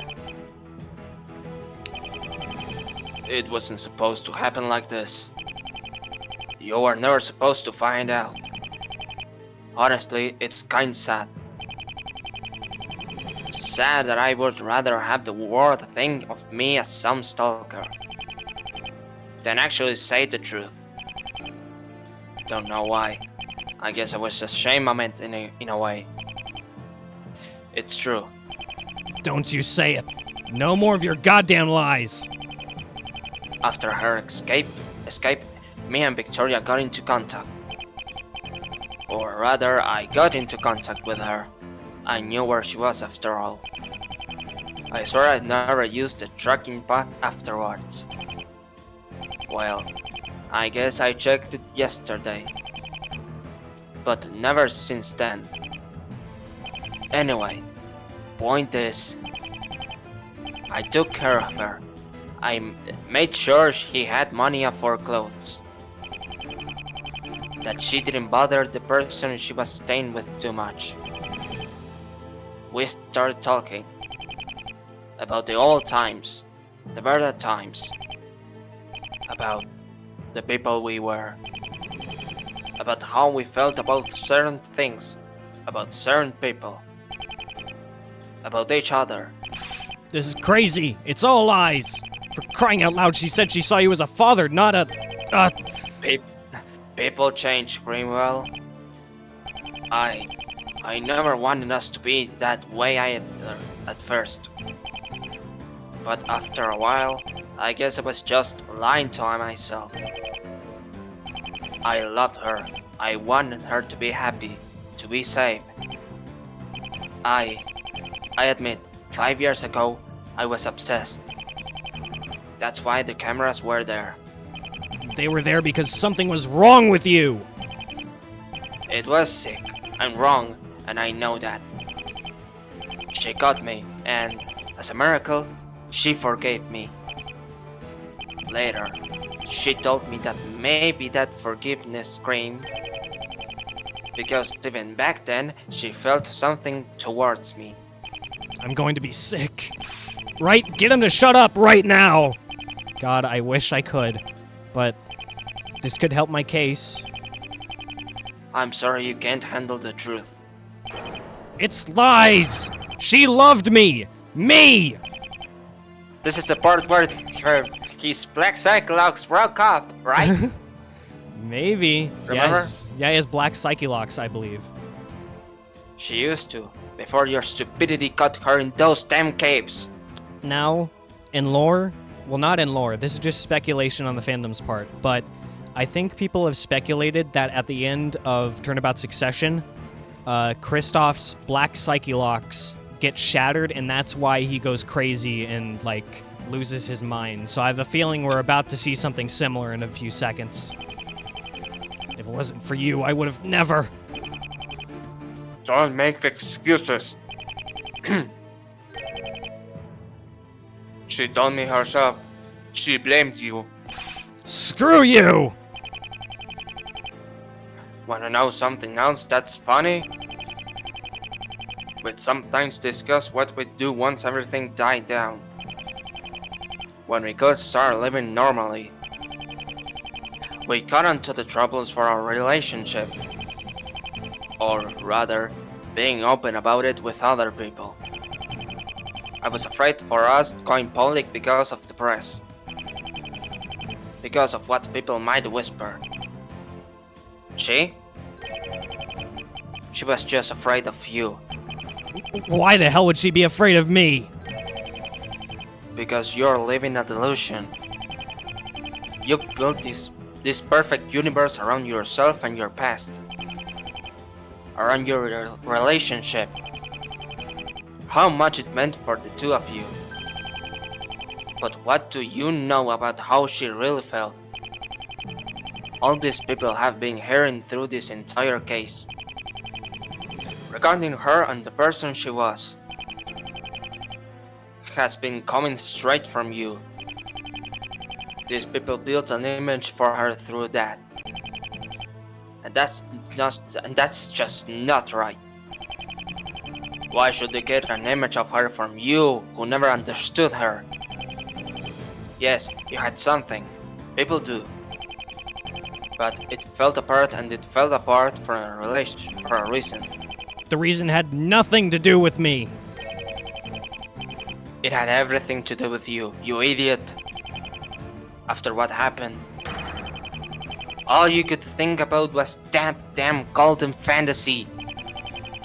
You barely so much had visited her in the damn hospital. Hell, it was only even you realized it was over that you tried to fix it. But you felt alone. You abandoned her when she needed you the most. You know nothing about how we were. You wanna know how she got onto my cameras? One night, I tried to console her. Tell her it was okay. That you had cared about her. That it really was a tragedy and nothing more. Reminding her of the few times I saw you guys happy together. And yeah, there were only a few. Obviously, I was saying things I shouldn't have known. But I was at least doing something you should have been doing. Go to hell! The woman I love is dead. Trust me, I'm already going through one. Think this is easy for me? I don't know. I don't care.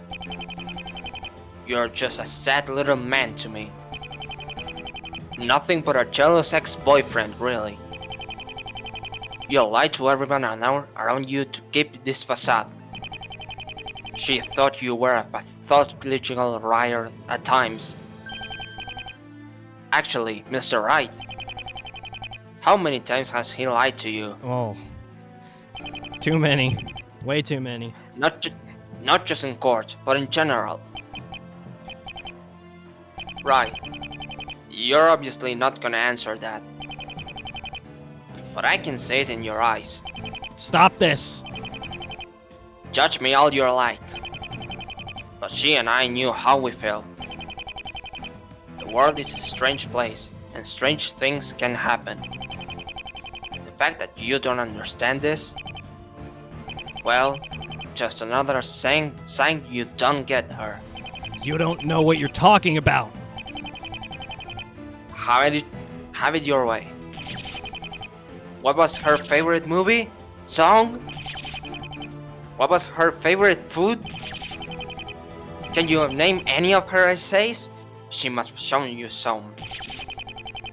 What were her plans for the future? The one she had before you stole it from her, I mean. Stop. Please. Vic, I tried really hard. Please believe that's the truth. You believe me, don't you? Would I ever lie to you? Please, Ah!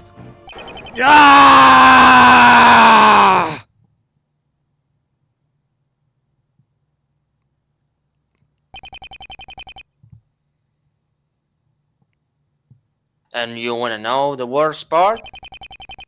If this recording is true, I didn't understand her either. Oh, man. And that's, I think, my biggest secret to share. I think his psyche locks just broke. Forgive me that it's taken me this long to get it out. But for her sake, I didn't want her to be remembered as a nutcase that was banging out an old rich guy. What a way to put it, man. That's blunt. I've lied numerous times and by this point. And I admit, my previous testimony just now was a lie. I lied to cover up my relationship, and I lied to frame Greenwell. But this is the truth. That night, she asked me to drive her to the forest. She said she wouldn't take long. I didn't know what she wanted. I guess she was meaning Greenwell for, well, because she wanted to die. Funny, she told me she'd be back soon. So I parked my car just where those tire tracks are. And I waited, and I waited, and waited. But she wasn't coming back. So I followed after her. I got to the place, and I didn't see anyone. Someone could have been there, for all I know. It was pretty dark. I entered the hut soon after he walked in. The rest you already know. In other words, you never saw my client attack the victim? No. And truth is, I have no goddamn idea if he did it or not. I'm just so tired. I lied so much today. I know at this point nothing I say matters. There's more than enough reason to doubt for his acquittal. And I know there's more than enough evidence to throw suspicion at me. The papers will eat me alive. It seems that, like Victoria, I have to turn to dust as well. But you just heard and recorded it with Miss Nova. Was asking the defendant to kill her? Actually, she wasn't. She just said that she would be dying that night. Nothing conclusive to suggest assisted suicide. Not that it matters either way. As your witness just said, his story is just unreliable at this point. You lack the decisive proof to convict my client. And you don't have any evidence proof to convict Mr. Rumstrom. That's true, unfortunately. I have no more evidence to show. Nothing that could help me pin this on Rundstrom, at least. It's crazy I'm even thinking it, but did he even do it? That's what I said at the beginning of this, I think. That nagging feeling that I'm missing something. It's coming back to haunt me. Either way, though, this trial is over. That's quite enough, then. This case has gone from being clear as they come to a confusing mess. It is clear the prosecution was not well prepared, in more ways than one. Your Honor, if we could just have another day of investigation. You were given more than enough chances, Mr. Payne. Your behavior and frankly incompetence has led to this conclusion. I cannot conclusively say Mr. Greenwell is guilty, and thus I must side with the defense. I am sad to say that as it stands, we have not found a true culprit. I can only hope the ensuing investigation will tell us more. But Greenwell did it. If he gets away now, you'll never be able to try him again. Enough, Mr. Payne. As I've said, you have nobody to blame but yourself. This court finds the defendant, Lucas Greenwell. Oh, this is probably Emma Sky. I'm sorry, Your Honor. But I don't accept this conclusion. It could be Emma, it could be Adam. Oh no, it's Emma. Emma. You're... Emma Sky, forensic scientist. The defense is witness for today. Aren't I? What are you doing? Catching the person who killed my friend. You're gonna help me or not? It looks like whatever she was doing yesterday gave her answers. Your Honor, the defense would like Miss Emma Sky to testify. But what about... Well, before we get to the things I know are true, let's talk about the things you guys just got plain wrong. Okay. Alright. Let's see what you have to say. Miss Nova spent 5 years in that asylum. She escaped and lived with me for 6 months. Her mental state was improving. She was beating her condition. There's no way she would ever thought about killing herself. Okay. What I'm saying is, the prosecution is just plain wrong. Say what you will, the recording still exists. That it does. Where are you going with this? I'm fine for a dead woman honor. What does this look like I'm doing? That you're actually going somewhere with this. Who knows? Miss Sky, if you have something to say, it really would be nice if you just said it. No, Your Honor, not yet. Not until you understand. What is she talking about? The fuck? Okay. Where's her asylum papers again? Let me see. I'm sure they're somewhere around here. No, that was just the old guy. That's the police report. Let's just press, I guess. The reason behind her being there was the expedition, correct? She got herself lost in the caves and suffered brain damage. Oh dear! This poor woman's life just keeps getting worse and worse. I shouldn't point out that being dead is as bad as you can get, right? So, you found out about that, huh? I like to believe I do my homework well. Since you're pressing me for more info here, obviously not well enough. Something you want to know? Huh.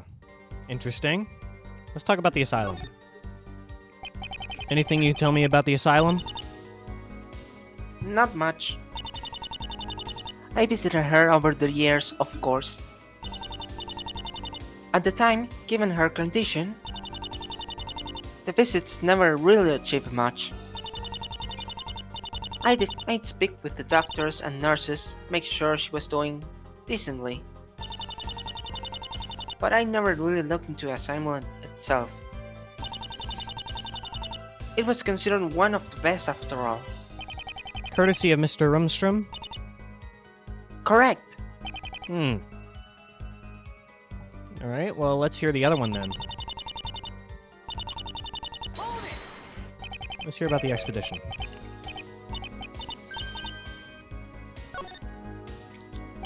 I think I have a relatively good picture of the expedition itself.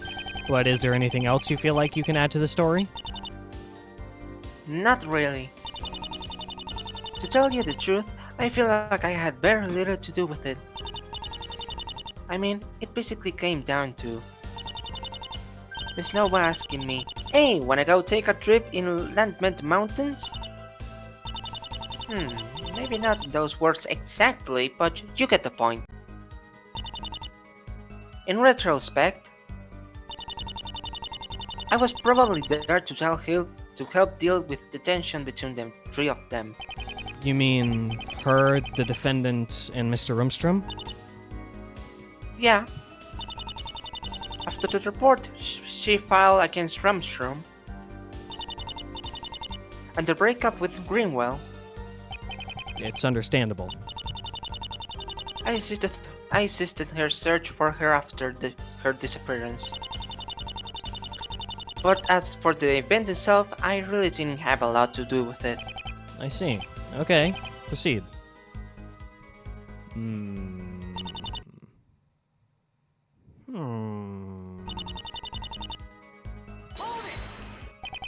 Could have told me that from the start. I didn't like hiding it from you. It's just, I don't know. Somehow, it felt like you wouldn't trust me. And that's stupid to think, I know.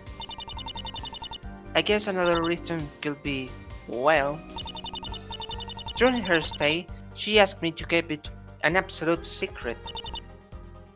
I guess I just kept it on fulfilling that request even after she was gone.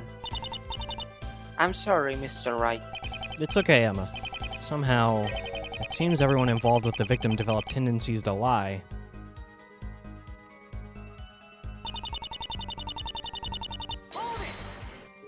Actually, I don't think I've had a proper chance to ask this yet. What was Miss Nova's condition?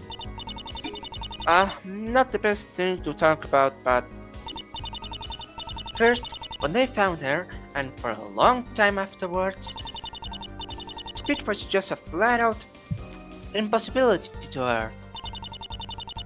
During her time in the asylum, she exhibited her extreme signs of distrust. Hold on. What does this say are the symptoms?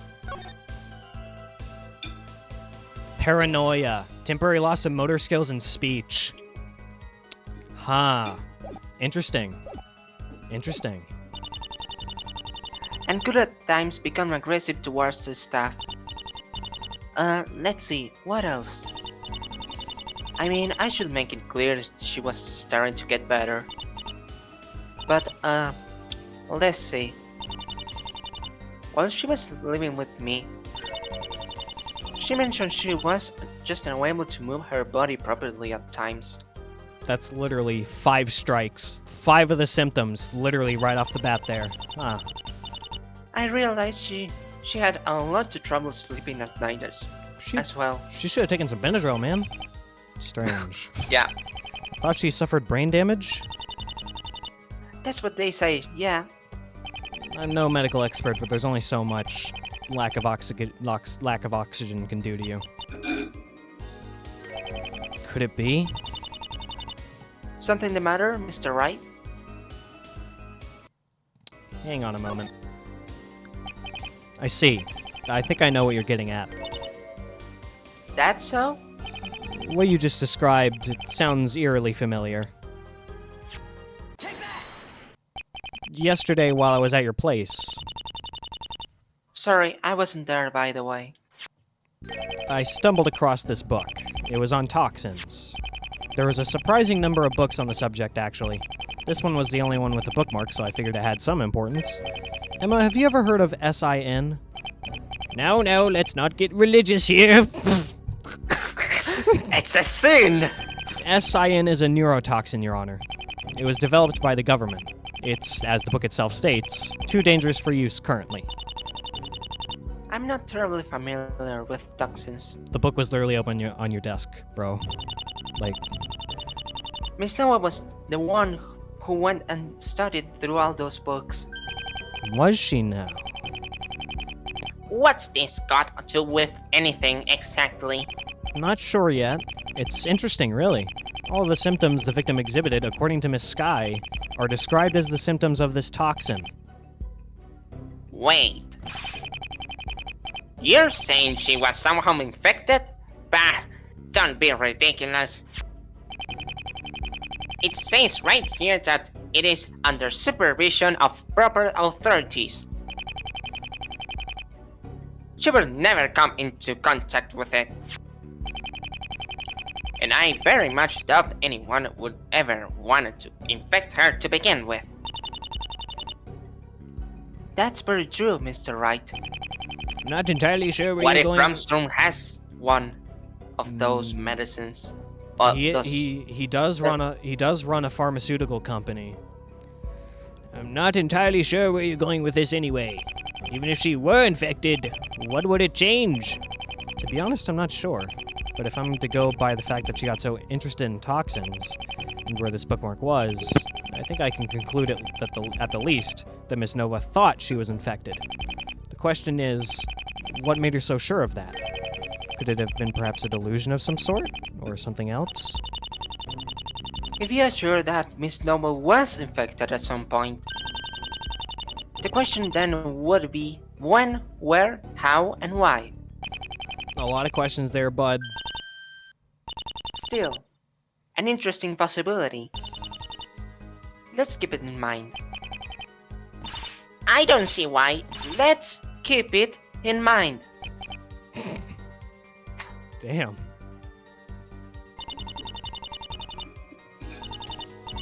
I think we... Ooh.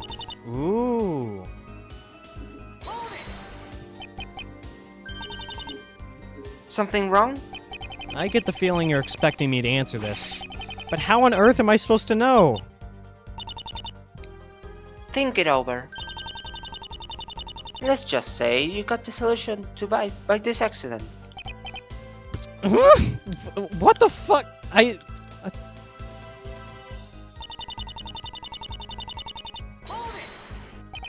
Still, the recording does give a certain impression. Such as? Resignation, I guess? Mr. Wright, for the last time, I knew the woman. Please trust me when I tell you.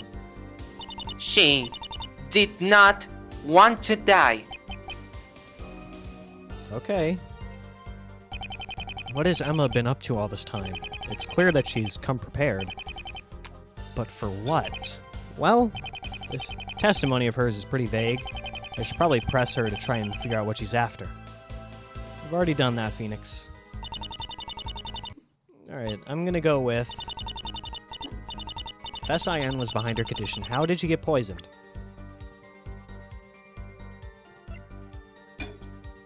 I mean... Alright, so there is this. It releases potentially deadly toxins overnight. One would need to be exposed to it for days to be fatal. And that is true, but there is nothing to suggest that she lived by the hut. So I don't think that's the answer. I think the actual answer here is the locket. There was nothing in it. But what if there was something in it? What if there was something that was poisoning her over time? I'm gonna try it. I object to that statement, Emma. Why? I don't know. Let me think about it. Wait.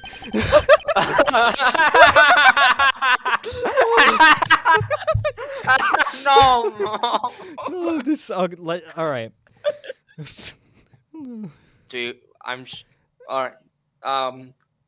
I'll give you $1 for every time you object for no reason. Deal. Because no reason? All right, Gumshoe, give me $1. Take this a bit more seriously. Okay, no more playing around. That was... Wow, this case is really creative with the failure dialogue. Oh my god.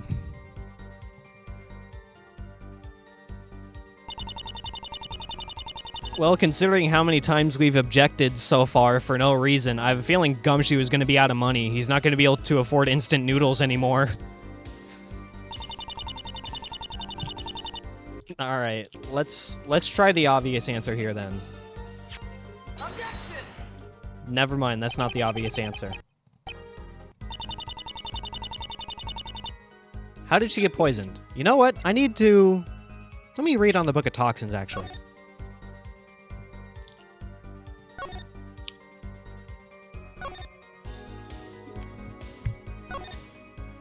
Multiple ways. The most common one is through simply drinking the toxin.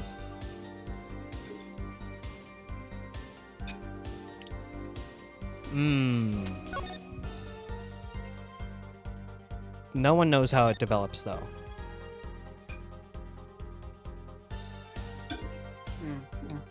The duration could last for... It kind of varies. There's no treatment.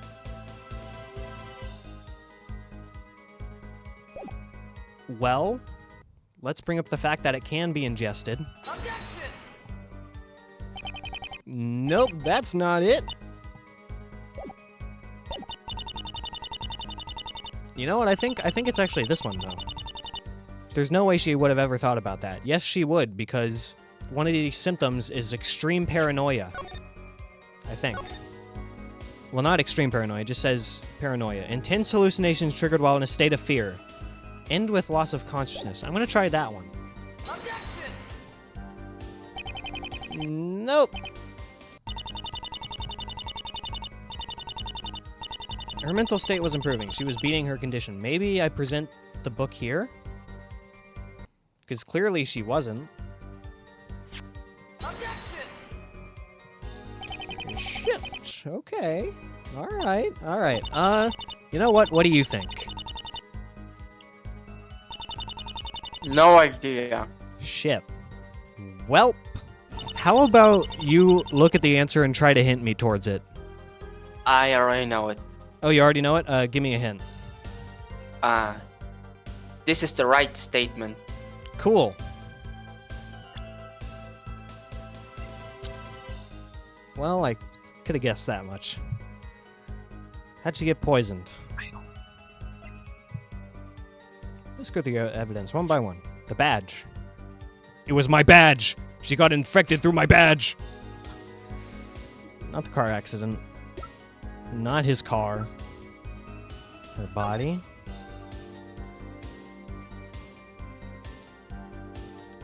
Well, the photo's really blurry, so I can't really see much. Her autopsy report. I already tried that here. The force brochure, that's not going to be relevant, but I'll check it anyway. Largest numbers of documented ravens. He's friendly most of the time. I got it. A fucking raven bit her. Well, damn, I guess that's not the answer. Okay, tire tracks. That's just the route he took. That's not relevant. I believe I tried this, but I'll try it again.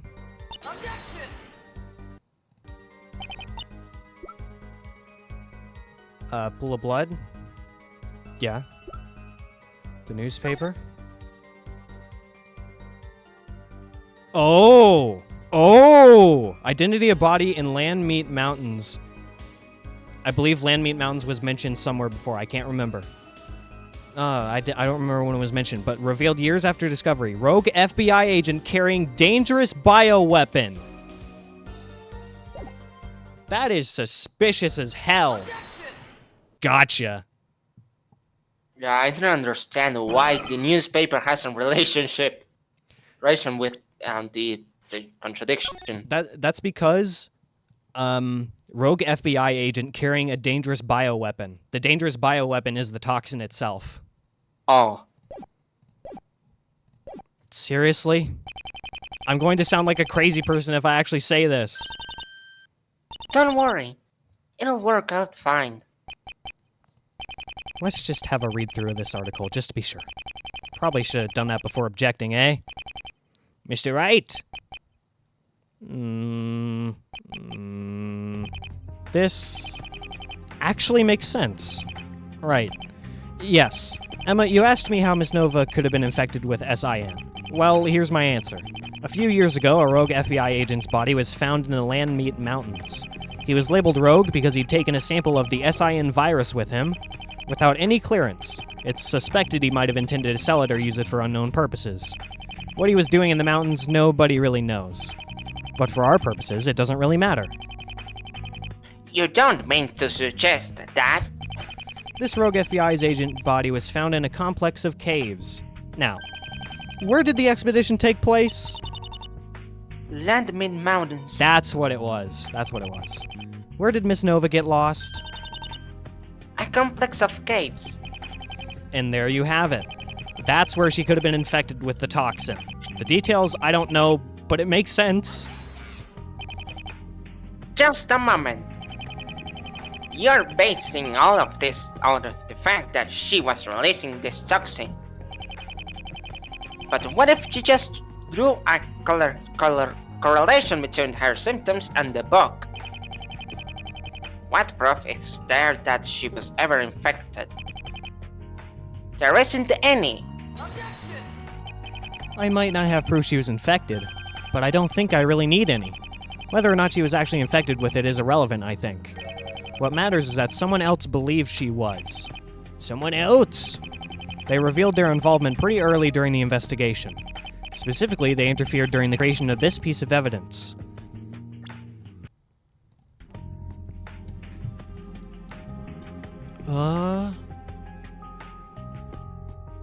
What? Really? What was interfered with? Phoenix? The fuck are you talking about?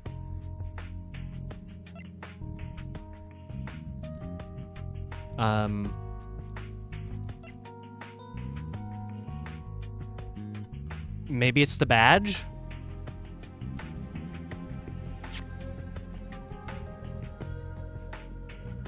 Maybe Emma believed? But it also has a tracking device in it. And Lex is the one that made that. I'll try the badge. And it's this. I'm afraid I don't understand, Mr. Wright. What a coincidence! I don't either. Fucking amazing. Oh my god, this case is so funny. Are you good? Are you good? Yeah. Okay, good. During the creation of what evidence? The knife? No? That can't be the knife. Sorry. Oh my god, man. Is it no, that doesn't make any sense. I'm gonna try the knife. Not the knife. Okay, my next guess is gonna be this little fingerprint. No, my next guess is actually the fire. Shit. Okay, you know what? I'm gonna be honest. I don't know what it is. I would like to know what the answer is. Nova's autopsy report. The fuck?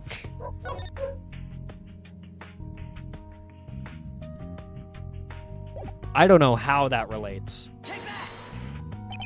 During the autopsy, federal agents insisted on taking a blood sample from Miss Nova first. Okay. How in the fuck were we supposed to remember that? Why was this? Because they suspected she had traces of the toxin in her system. Very little research has been done on the intensity of the symptoms. They didn't exactly get to play too much with it. I'm sorry that you have to keep looking at the answer. I hope you're still having fun with the case, though. I'm still having fun. Awesome. If they believed she had it, then it would have been a perfect chance to gather samples. Still, scientifically speaking, if you wanted to really understand how the toxin develops, getting data at the end wouldn't be enough. You would need to study the patient extensively, which they would have had the perfect chance to do. She was in an asylum for 5 years. But imagine if she had escaped and her location was unknown to her watchers. And worse yet, imagine if she believed she had SIN in her system. Perhaps one of the doctors or nurses were in on it and let something slip? Maybe she started to see people watching her? Who knows? Despite her getting better, she was still paranoid to a degree. If her thought process went with something I just described, is it not safe to say she would be afraid? Afraid? If you'd become a stranger to the world, nobody would notice you missing. And if someone who needs to watch over you would lock you up for study, the FBI doesn't just kidnap people. I know. What I'm saying is, for her potential point of view, So you think she was paranoid about her safety? Wait, I see. When she said she would die in the recording, she was anticipating being killed by someone else? no. She was actually talking about a solution to her problem. Oh. Oh. Oh, okay. Come on, Greenwell, get over here. It's time to wreck that last bit out of you. Screw you. I won't ask twice. Or would you rather have me add insult to injury? You've already been destroyed once today. Damn. I can do it again. Damn. Will I tell them all about what you both lost 5 years ago? That's going too far. Nobody asked for your opinion. Just stand over there and listen. You said it wouldn't come to this. I lied. Call the cops. Now, out with it. You just heard she didn't love you anymore. There's no more point in protecting her honor. And don't forget, you can still be declared guilty. Fine. You want to know the real truth?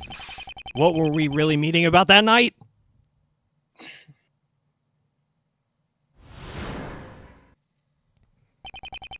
Twisted words. What a testimony name.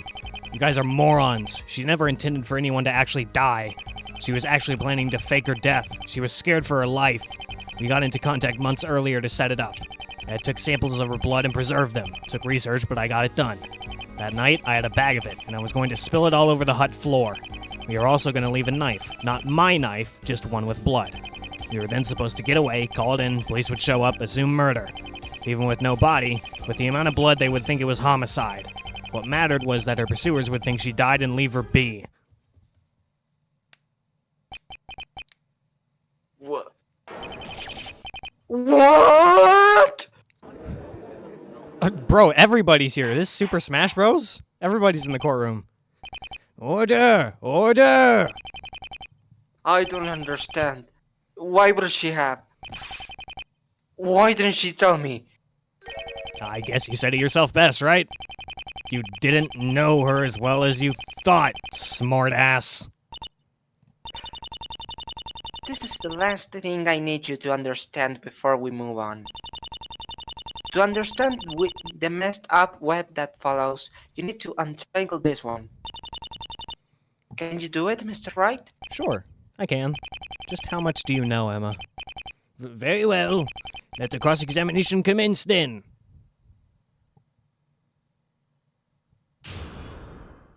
Fucking Greenwell. Piece of shit. Putting aside the clearly rude part, why did you hide all of this? I don't think it matters at this point. He'll say he did it to protect her memory. I don't see how that has to do with anything, but people will be people. And people will come up with all sorts of justifications. I see. The point is, she's telling the truth now. That's all that matters. I know you're sick and tired of being left in the dark. Well, trust me. This is his last secret. I fucking hope so. When we get out of here, I better not ask him something and the black psyche lock show up again. I better not see that. Emma seems to have already known about all of this. When and how did she figure all this out? And why didn't she tell me sooner?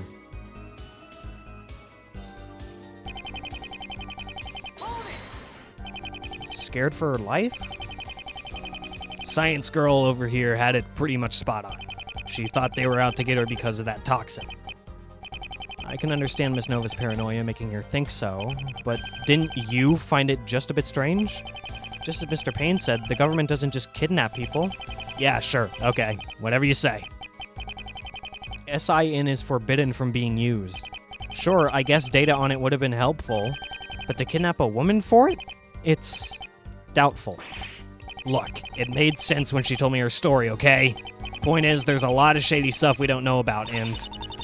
Let's not get into conspiracy theories here. The thing you need to know take away is that she was desperate. And in that desperation, she decided to fake her death. But why didn't she tell me? Why turn to him for help and not me? I don't know, Mr. Rumstrom. Ugh. This guy, man. This guy. Wow, what a surprise. Another thing you were totally honest about. Yeah, I get it. It's nice when your own attorney acknowledges you're a liar. So, she got in touch with... sorry. I take it you were surprised? Putting it mildly. I don't know. I thought she... Ugh, I was an idiot, clearly. Look, point is, we had it all planned out, alright?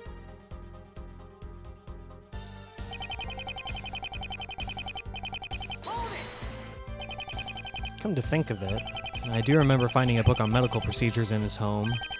Obviously, you didn't just take them. She was a willing participant in that? Of course she was! It was still her plan. We were pretty careful about how we went about it. We had 6 months to gather. Each week, I take a little bit. I didn't want to put stress on her body. We do it over at my house in secret. Nobody knew about it but us, obviously. Given the amount found in that hut, they really did end up with quite a bit.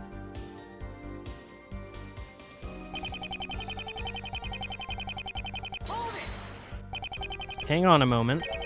Is that why you were wearing the surgical mask by any chance? Ah, you got me. To be honest, I was kind of worried. Like, if her blood really had that toxin still in it. Maybe the odor could have had a negative effect on me or something. I don't think that's how it works, Mr. Greenwell. And even if they did, I'm not sure how a surgical mask would have helped. Not to mention, if you were handling blood, shouldn't you have been wearing gloves? Look, back off. It made sense at the time. Also, given that we did find that amount of blood in the hut, why do you say you were going to do it? Well, I did end up doing it, just not how I would have liked. I walked in the hut, opened the bag, and just as I was going to pour it, this jackass... No, that's me. Oh, sorry. This jackass jumped out at me.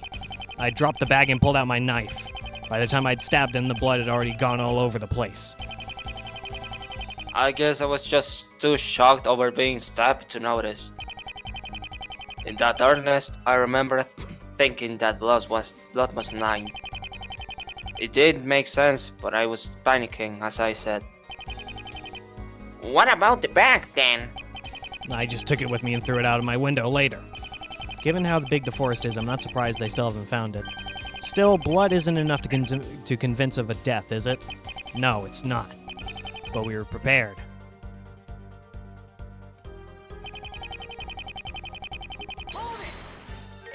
Another knife?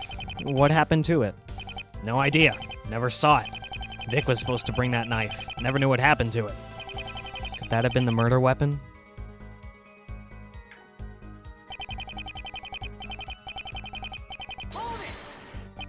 Get away? Together? That's what I assumed. I think you assumed a lot more than that, given those 2 tickets to Ecuador you were looking into. But that doesn't make sense. She told me to wait by the car for her. She wouldn't have just left me behind. I mean, at the very least, you know she wouldn't have even brought me along if it meant screwing me over. If I was seen there, I wouldn't become a suspect. I mean, maybe that's what her goal was? Who knows? I thought my expectations were betrayed.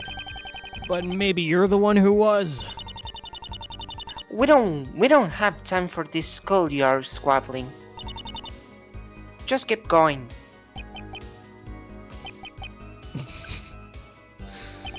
I really shouldn't open this can of worms now. Even with no body, with the amount of blood, they would think it was homicide. Are you sure? Vic looked into it. She said it would stick, that there were past presidents. The investigations I work with would have generally assumed she was dead. The amount of fluff is just too large. I suppose the hit worm thrown off the edge of the blood.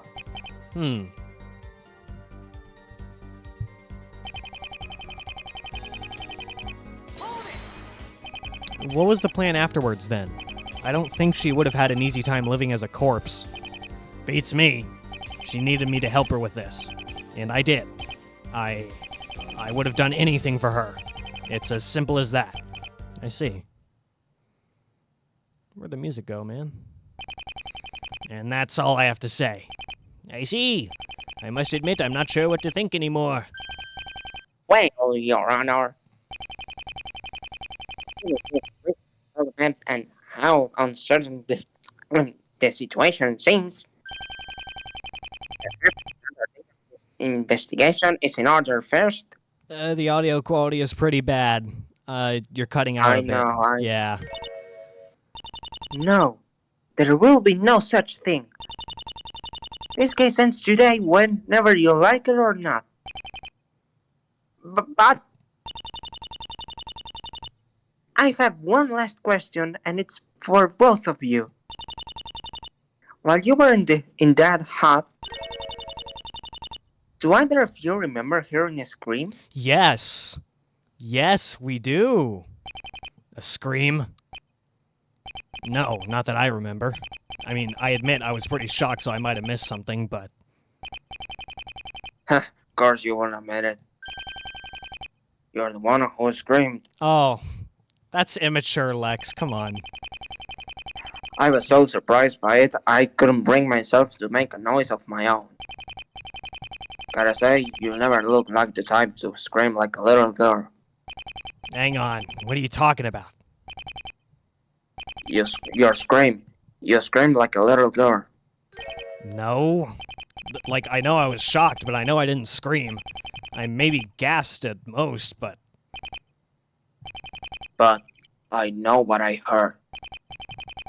I mean, it sure was hell. And sure as hell wasn't me, so... It's simmering. It's sinking in. Wait. If you didn't scream, and I didn't scream, that means, at that time... It can't be. Are you telling me that right as we were fighting there? There we go. What? What's going on now? Mr. Rumstrom, did you really hear a scream? I swear I did. There was nobody but the two of you in the hut, right? It was dark, but not that dark. I would have definitely seen someone else, yeah. Meaning, it must have come from somewhere outside. So, Mr. Wright, any ideas? Who do you think caused that scream?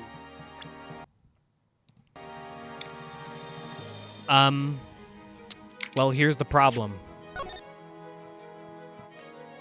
I don't think it would have been her. I mean, it does make some kind of sense, but it pierced the right lung. So, I don't think she would have even been able to scream, but I'll say her just for now. There's only one person that comes to mind. Assuming Mr. Rumstrom is telling the truth, and he really did hear the scream, it must have been the victim. Recall that after being stabbed, her lungs were filling up with blood. Thus, she wouldn't have been able to scream. Yeah, that's what I just said. Now, what does this tell us? She hadn't been stabbed by that point in time. Meaning? While Rumstrom and Greenwell were in the hut, Miss Nova was attacked by a fourth party. Meaning that they're both innocent. And that someone else is behind all of this. Exactly. And we're going to catch them today. Any further investigation will just give them a chance to run or cover up. You know who it is? Conclusively, no. But let's just say I'm pretty sure. This case is heading towards its final destination. But what is that destination? Just what do you know, Emma? What have you found out?